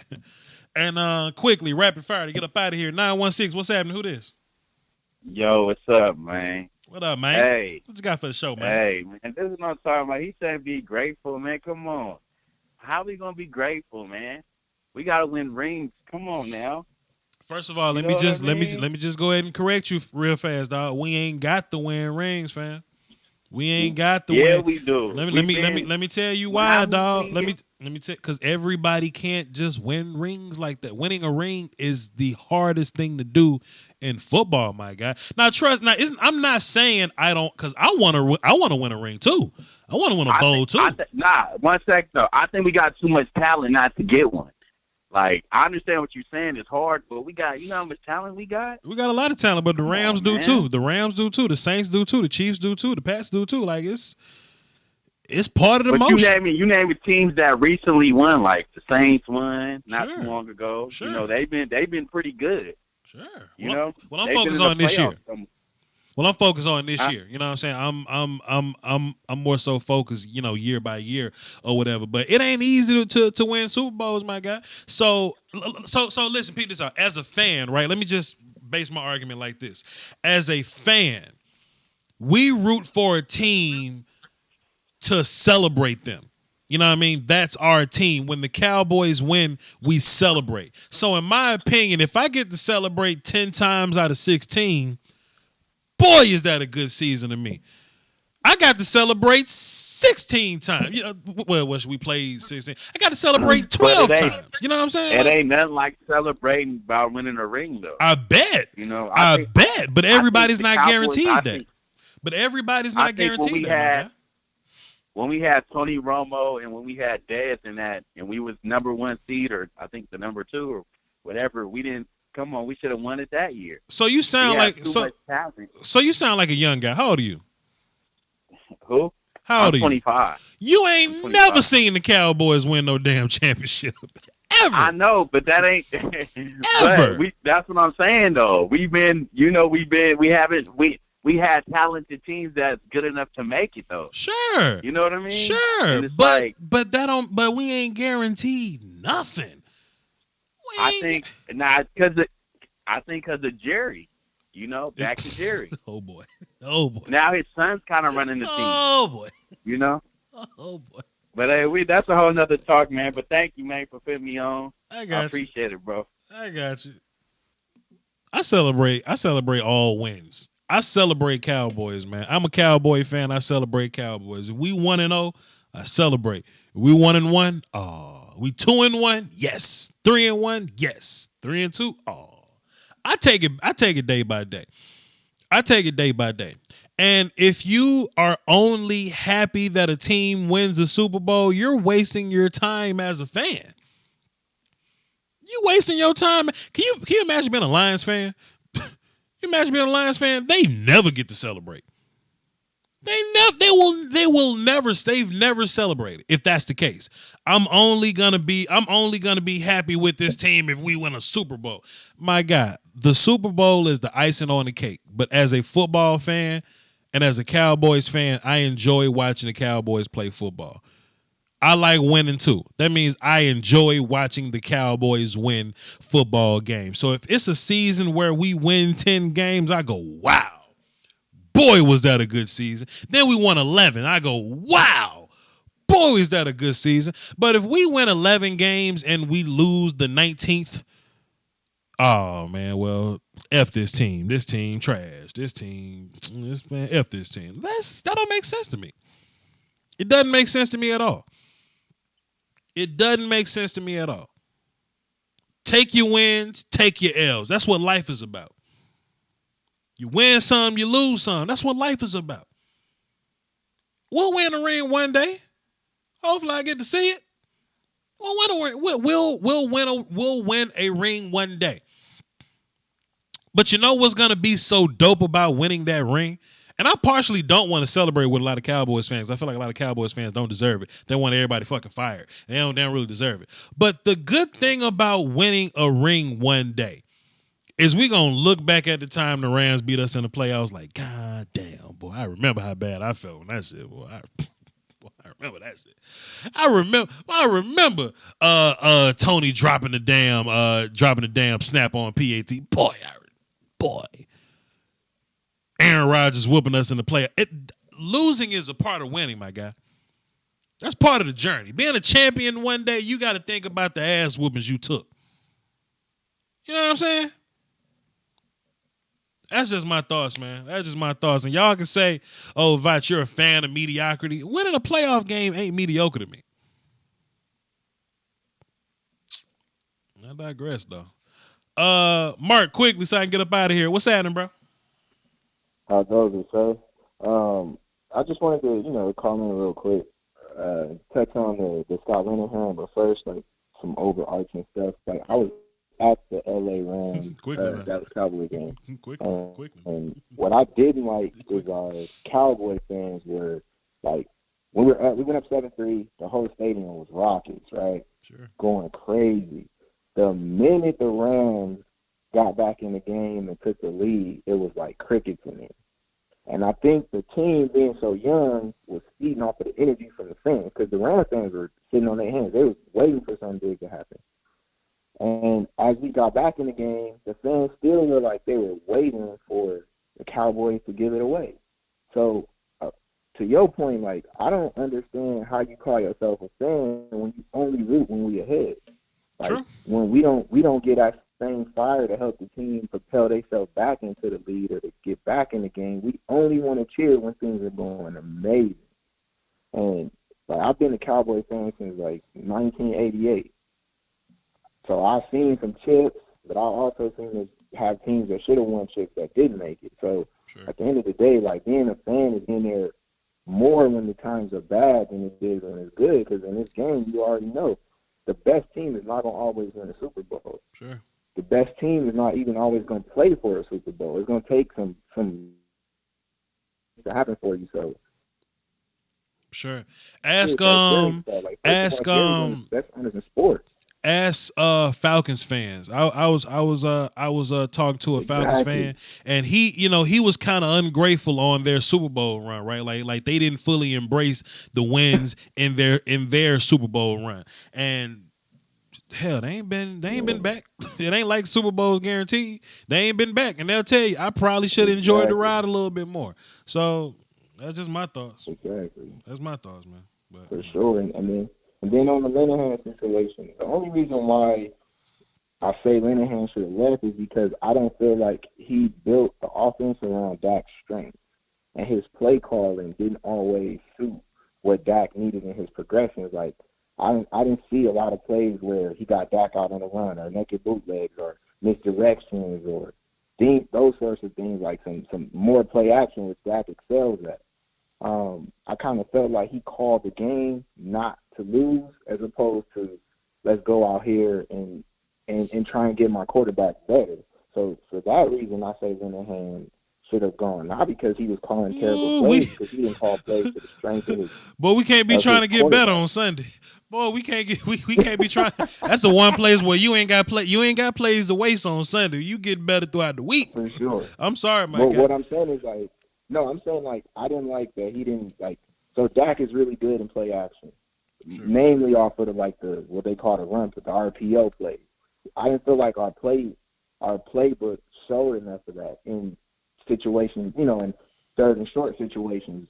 We kind of like, we're going to get in I formation, we're going to hand it to Zeke, even though Zeke is phenomenal and he should get the ball. But I feel like if we ran more spread formations and put defenses in a situation where they thinking instead of just flying up the field to smash Zeke for a 1-yard run, then it makes the play calling, it makes the defense have to think, which obviously you don't want defenders thinking. That's where I differ in. Like, I didn't say he needs to go, but he needs to add those things in, or we need to find somebody who can. So hopefully the next coordinator comes in and can build on what Linehan gave Dak, which is a great foundation, and things could take off. That's how I look at it. Like, I don't think he was horrible, but I think there was some opportunities missed. Appreciate you, bro. Yep, how we doing?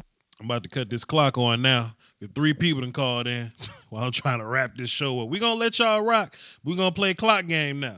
Let me make sure all my sounds and I'm mad I still got the radio playing. My bad. We're going to cut all this sound up, and we're going to give y'all a smooth 60 seconds to get it going. Time starts after the intro. 817, who this? What's up, Voch? What's cracking? What you got for the show? Hey, man, Hey, first off, I'm glad you let me on there. I'm getting off of work right now. You got me 15 seconds. Yeah, I mean, shit, we started. Yeah, go ahead.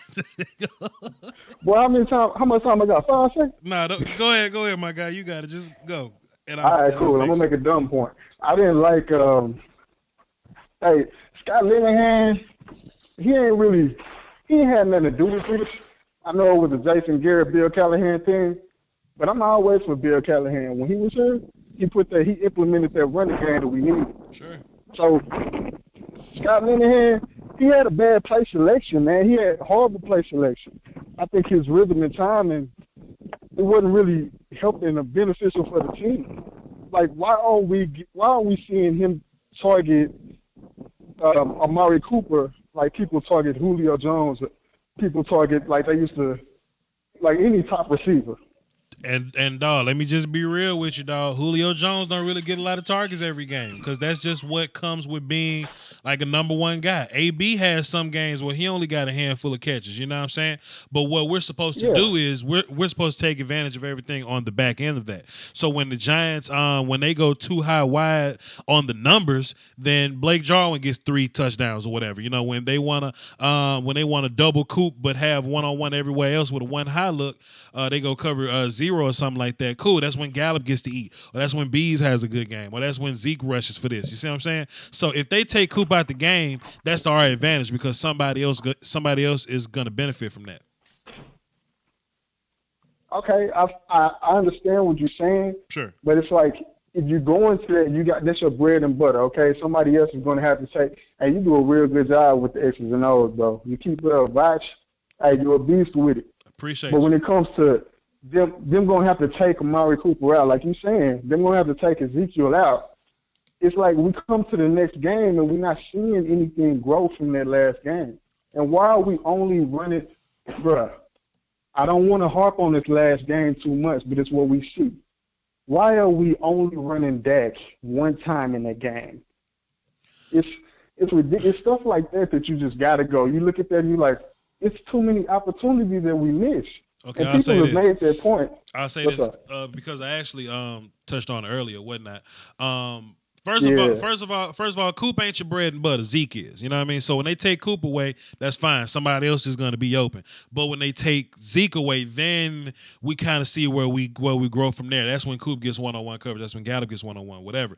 But as far as the whole Dak running thing, my theory is, and I said this earlier, my theory is. Yeah, I heard you say that. That's a good point. Got you. That if he's running too much, they're going to take it away. Right. I get that. But wouldn't it be nice to see somebody in there spying and then Dak become that quarterback that we want him to become and start turning him up? Are you spying me? Oh, okay. I'm glad you spying me. Oh, you blitzing me? I'm glad you blitzing me. I'm finna tear your butt up. I don't know, man. I don't know. I think Dak does fine. I think Dak does fine with his situational stuff. You know what I mean? Like if I like people not spying them. I like people what he's becoming. Cause look, peep this out. I like them when they not spying them. Cause we can convert 3rd and 15 on a damn quarterback run. I like it. I like it. Most of Dak runs have been for touchdowns now. So if Dak only run 3 times a game, I would like for them to be first downs and touchdowns. I don't want Dak to be like Deshaun Watson. Mean so much more. Right. Deshaun Watson run. I ain't gonna say. You know, like Watson runs and get 5 yards and that's it. Like nothing really happens from there. But every time Dak runs, it's a big dynamic thing. So I don't mind the amount Dak is running. Would I like for him to run more? I mean, sure, whatever. You know what I'm saying? Let's do it. But I kind of don't mind him. I don't mind it. It's like it's not pick your poison. It's not poison. It's like if the quarterback is gonna run. There's something. Think about Aaron Rodgers running bootleg and running for 15 yards in the first quarter. The defense like, oh crap, I wasn't planning on him running this game. It's different. But I know I'm running over time. But I say this last thing, man. You way over time. You way over time. I know, man. One more thing. I want you to eat off this and let the next caller go to this. But when it comes, somebody said it earlier. Man, we had these teams, and when you look back and you're like, dang.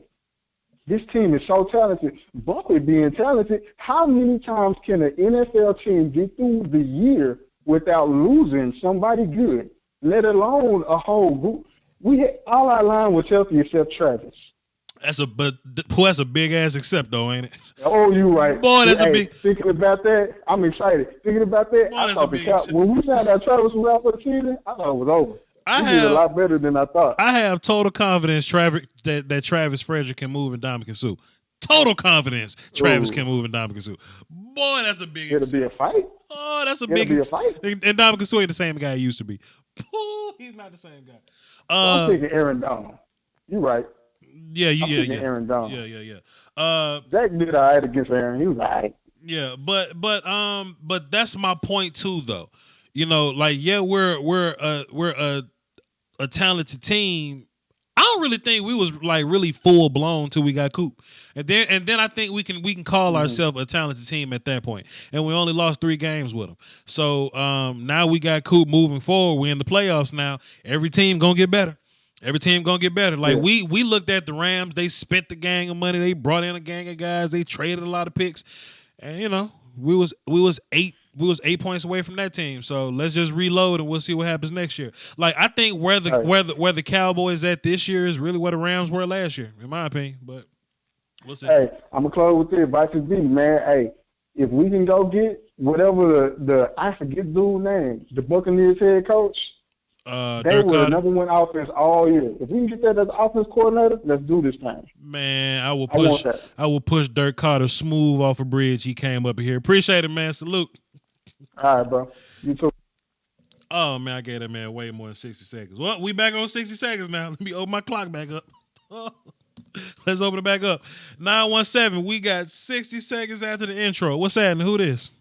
Oh man, first of all, thank you. Oh, no doubt. You do a great job. You always talk about everyone being cerebral, but your analysis of the game is just phenomenal. I appreciate as far as this Linehan thing, this is awesome. Because give our defense a little bit more points, we get to a 30-plus offense, get out of here. We're all too predictable. Tony Romo's predicting everybody. And I'll tell you right now, when he watches us Cowboys, he knows what play we're going to run. If Tony Romo can do it, then other teams can do it. Sean McVay can do it. And we're just going to get better. I mean, Cole Beasley can go. That's fine. We're going to free up some cap space. We're going to get Cedric Wilson in there with those awesome hands. He's going to be awesome for us. And bottom line, we're pretty much set with a young team. We're going to have to pay our guys, but we got cap space. We do. 70 million. I think 70 mil. And our young linebackers, they're just going to get better. Sean Lee's going to move to linebacker coach. We're going to get an offensive coordinator in there that's going to basically use the slot and the seam a whole lot better. Maybe even a rookie running back that comes in for Zeke that can game break. It's going to be awesome, man. This is a good time to be a Cowboys fan. These are good changes. And Garrett actually became a better coach based on the locker room leadership, in my opinion. Sure. You know, people don't necessarily give Garrett credit for his leadership skills, man. But you know, whenever guys can play for you, you know, during a losing season, like while you're losing and they still show up to play for you, I think that's a positive trait from the head coach. I like what you said, man, and I'm giving you more time because you made a great point there. I feel like our baseline in points on offense this year was 24 points. If we scored 24 points, I think our defense was good enough to keep us in the fight. Now that's not guaranteed, but like with 24 points, I think we only lose like 3 games this year, right? And the Rams game being one of them. It would be really dope if our offensive threshold was a little higher. Like if we could average 28 points or even 31 points or whatever, you know what I mean? If that was a little higher, it gives our defense enough I would say situational play calling to play differently. You know what I mean? Like if you look at the Rams game. Absolutely. Can I interrupt you just for 1 second? Go ahead. Do your thing. Our defense wouldn't look so piss poor if we weren't on the field for 36 minutes. Totally agree. I mean, our game plan is Zeke. Dude, our defense played bad. Everybody needs to also know this. Zeke played bad too. Okay? So if you can't keep your offense on the field, your defense is going to take the punishment. That's just the truth. Sure. I totally agree. The way I look at it, is I think if we can be offensively good enough to make teams start playing from behind sometimes and turn our defense into a pass defense, man, will we be great. The Rams only move the ball on the ground. Like, Jared Goff could not throw the ball. You know what I mean? We did enough on defense to hold those guys to field goals. Like, they ran the ball all they wanted, but we held them to 3. 3 times, I believe we did that to them. If we were able to score touchdowns when they scored 3, man, you know what I'm saying? The game would have been different. They would have been forced to throw the ball. Every time Goff threw the ball, nothing happened. You know? So moving forward. You have done a good job of explaining the game. When we get Frederick back, we're going to have Looney and Suafilo in there, and Connor Williams is only going to get better. Yeah. Now, there you go. You just get one more plug. We need to get Blake Jarwin or whoever is a game-breaking tight end. Get that going as well. Get another receiver in on the slot. We're going to lose Cole Beasley. That's almost a definite. Sure. We're set. And by the way, if Cedric Wilson doesn't get hurt, we don't have Amari Cooper because our receiving game might have been mediocre. Sure.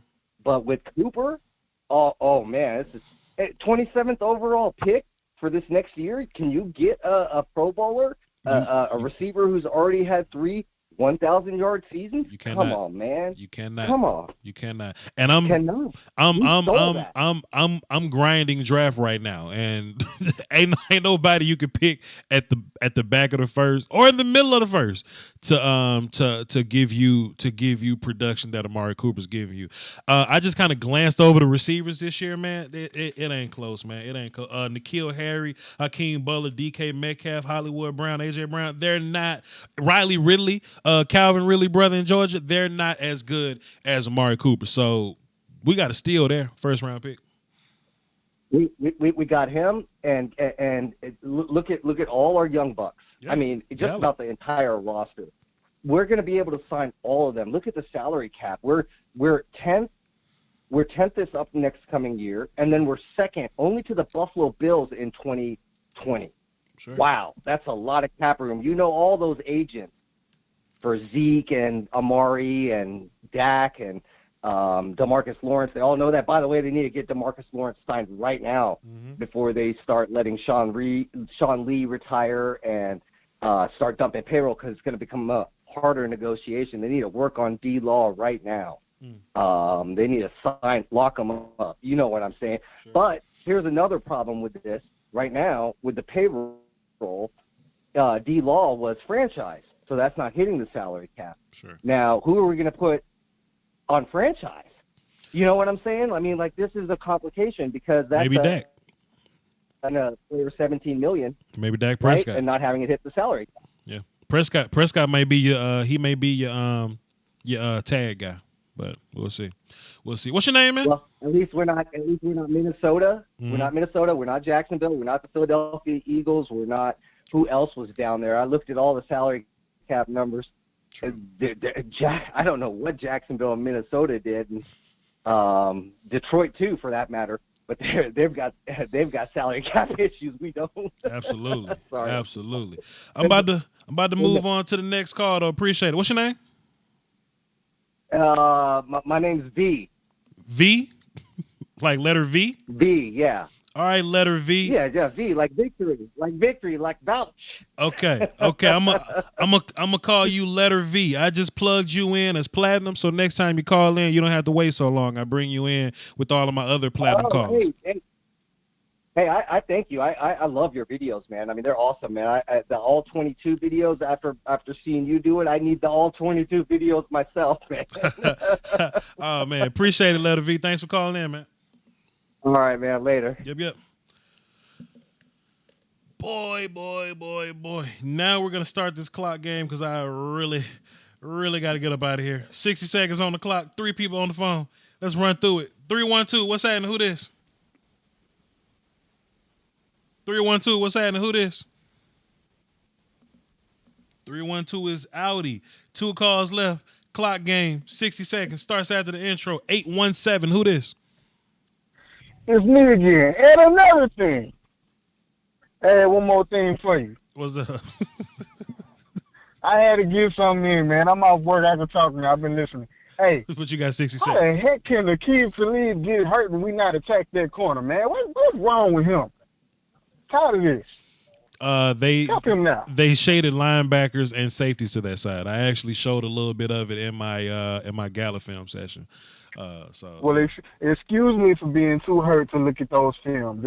I'm still getting over this loss. It hurt. Okay, I'll look at the films later today, but it's been hard. Okay. Yeah, they would kind of mourn over they would give a little room play cover three. The corners would play deep, and the linebackers would they would flare out to the flats from hook and curl to flats, and that took away any slants or whatever.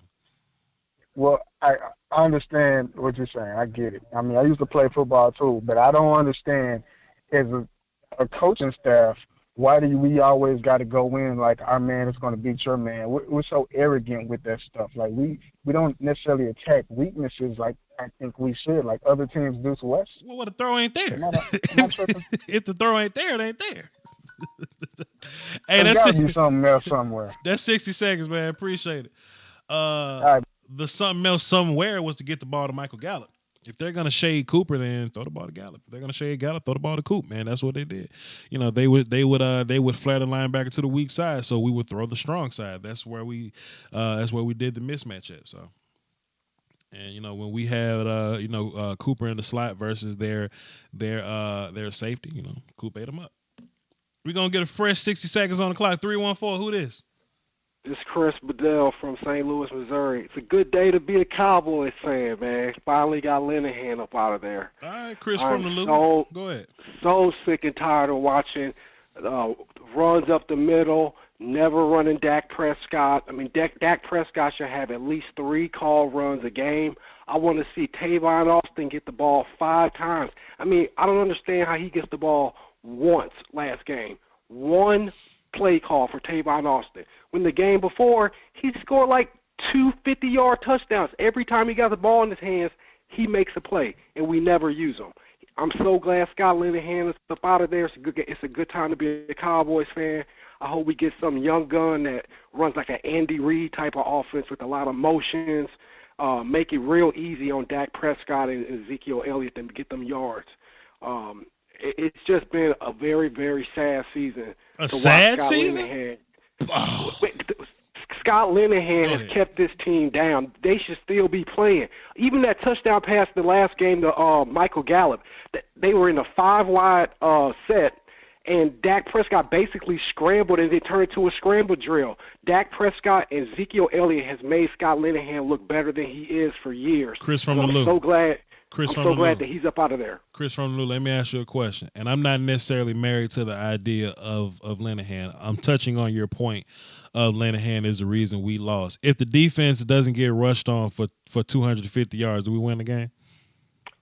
Even with them running for 250, we still only lost by 8. It was the offense that's why we lost that game. I mean, that was a bad defensive showing. It was bad. It was the worst we saw all year. But I still feel that our offense was the reason we lost that game. We were still in it. I mean, Dak had us in it. 4th and 1. I mean, you get all the third quarter going into fourth to think of a play, and you run it right up the gut. That's all you got. Come on, man. Chris, if the defense didn't give up 250-yard rushing, do we win that game? I don't know. We do. I don't know. We do. I don't know. We do. I hear what you say. Because they don't score. I hear you. Because they don't score. Jared Goff didn't throw the ball well on us. Jared Goff was trash. No, he didn't. He was trash. You're right. But they ran the ball for 250 yards. You're right. But come on. Did Dak have us a chance to tie that game first play of the fourth quarter? Yes or no? Did he have a chance to tie that game? Yes, I got full faith in Dak to lead us to victory. I totally agree with you, but they rushed for 250 yards. But we still could have tied it at the beginning of the fourth quarter if we don't run a 4th and 1 Zeke right up the middle. You are pointing to one play. What about the 250 yards that was run on our defense? Chris Anderson got 100 yards on us.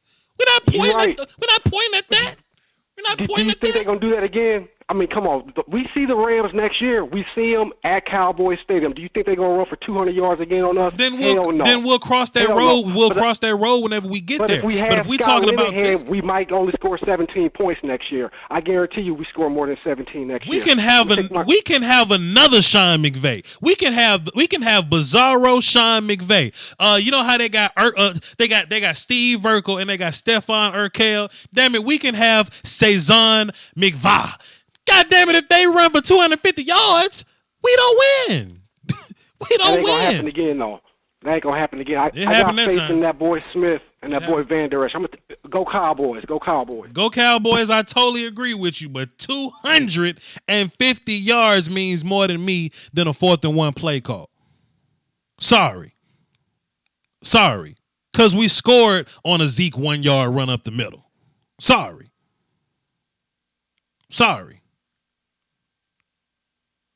I ain't saying that Joe Looney can whoop Ndamukong Suh, but if Joe Looney don't die versus Ndamukong Suh, we convert that. What about the 250 rushing yards, man? What about that? Cowboys only had 7 possessions, man. Huh? Eight possessions, pardon me. 8 possessions, man. Man, 302, what's happening? You got 60 seconds. What's good? 302, turn down your laptop. Who this? Hey, man, this is Daryl, man. Just wanted to call. I've been watching work. What's up, Daryl? Appreciate it. What's up? I want to subscribe. Okay. You know, today I was going to be done with just investing my time into the videos in the off season like I did last year if we didn't get rid of Scott Linehan. Okay. But so I'm subscribed. You know, I'm excited. I'm sure you are. Who do you think would be a good coordinator replacement? That's the point. I don't know. I have no idea. That's kind of what I'm waiting on. You know, most of the bigger names are signed already, but I'm sure Jerry Jones got something up his sleeve. Who knows? But we'll see. I ain't really got a good answer there. But again, you know, I've been playing football, you know, from a shorty through high school, and I feel like any 11-year-old Madden player could do a better job, you know, with our schemes and as far as taking what they give us. That's not true, but I feel you. I feel you. I mean, I just don't feel like Scott Linehan invests any time in teams' weaknesses and that's not true. Really plays according to. That's not true. No, I'm listening to you. Go ahead. I'm listening. I mean, that's just what I see. You know, I felt that way about him from Romo days because I felt Romo always used to make mistakes and I called him Tony Ono. But again, I never seen him talking to him. Like other coaches actually be coaching. I got you. Hey man, that's 60, bro. I appreciate you, man. Salute. Oh, Daryl, that was rough for me, dog. Oh, that was rough. Hey y'all, let me shut down these phones, man. I respect y'all too much because I was going to end this live stream like 30 minutes ago, but I respect y'all calls and I respect y'all thoughts and I respect y'all's opinions. With that being said, man, we're going to go ahead and wrap this thing up. We're going into the 3-hour mark. Salute to everybody that called in. Salute to everybody that subscribed. Would y'all please like the video before y'all dip out and all that? Voch acts like football ain't a game of inches. Voch totally understands football is a game of inches. Voch understands that every single play matter, which is why I'm not going to sit up here and let somebody say 4th and 1 is the reason why we lost. We lost the entire game because it's a game of inches. If football is a game of inches, we give up 250-something yards, goddamn. Of course it's a game of inches. I agree it's a game of inches. What about the inches we give up on defense? That's all I'm saying. In case anybody is unclear on my stance on this thing, if you want to get rid of Linehan, you want to push him off the bridge, you want to call John Wick on him, I'm fine with that. Do your thing. I only want to improve in a very superior manner. I don't want to bring in somebody as good as or the same as Scott Linehan. I'm a fan of continuity. I'm a fan of player execution. If you're going to get rid of Scott, bring in like a genius. Don't bring in somebody as good as him. That's all I'm saying. Anyway, man, with that being said, man, I guess I'm going to look in my chat box and see all the people talking shit to me and address them accordingly, because I'm built that way. That's just how I rock over here. I'm going to say what's up to my YouTube wife, Nene, while I'm in the chat box as well. And I guess I'll mingle with y'all for a handful of minutes. You know what I'm saying? Y'all hold it down for the Doski Woski, man. The Peasky Whiskey's implied. If y'all are a fan of draft content, I'm going to be dropping a lot of draft film in the coming days. That's really my thing. Before I was Cowboys YouTube guy, I was draft YouTube guy. So peace, y'all. Peasky Whiskey free.